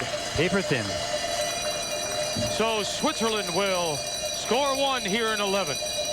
They'll win it 5-4 the final, and they improve their record to 4-3, and Germany drops to 3-4.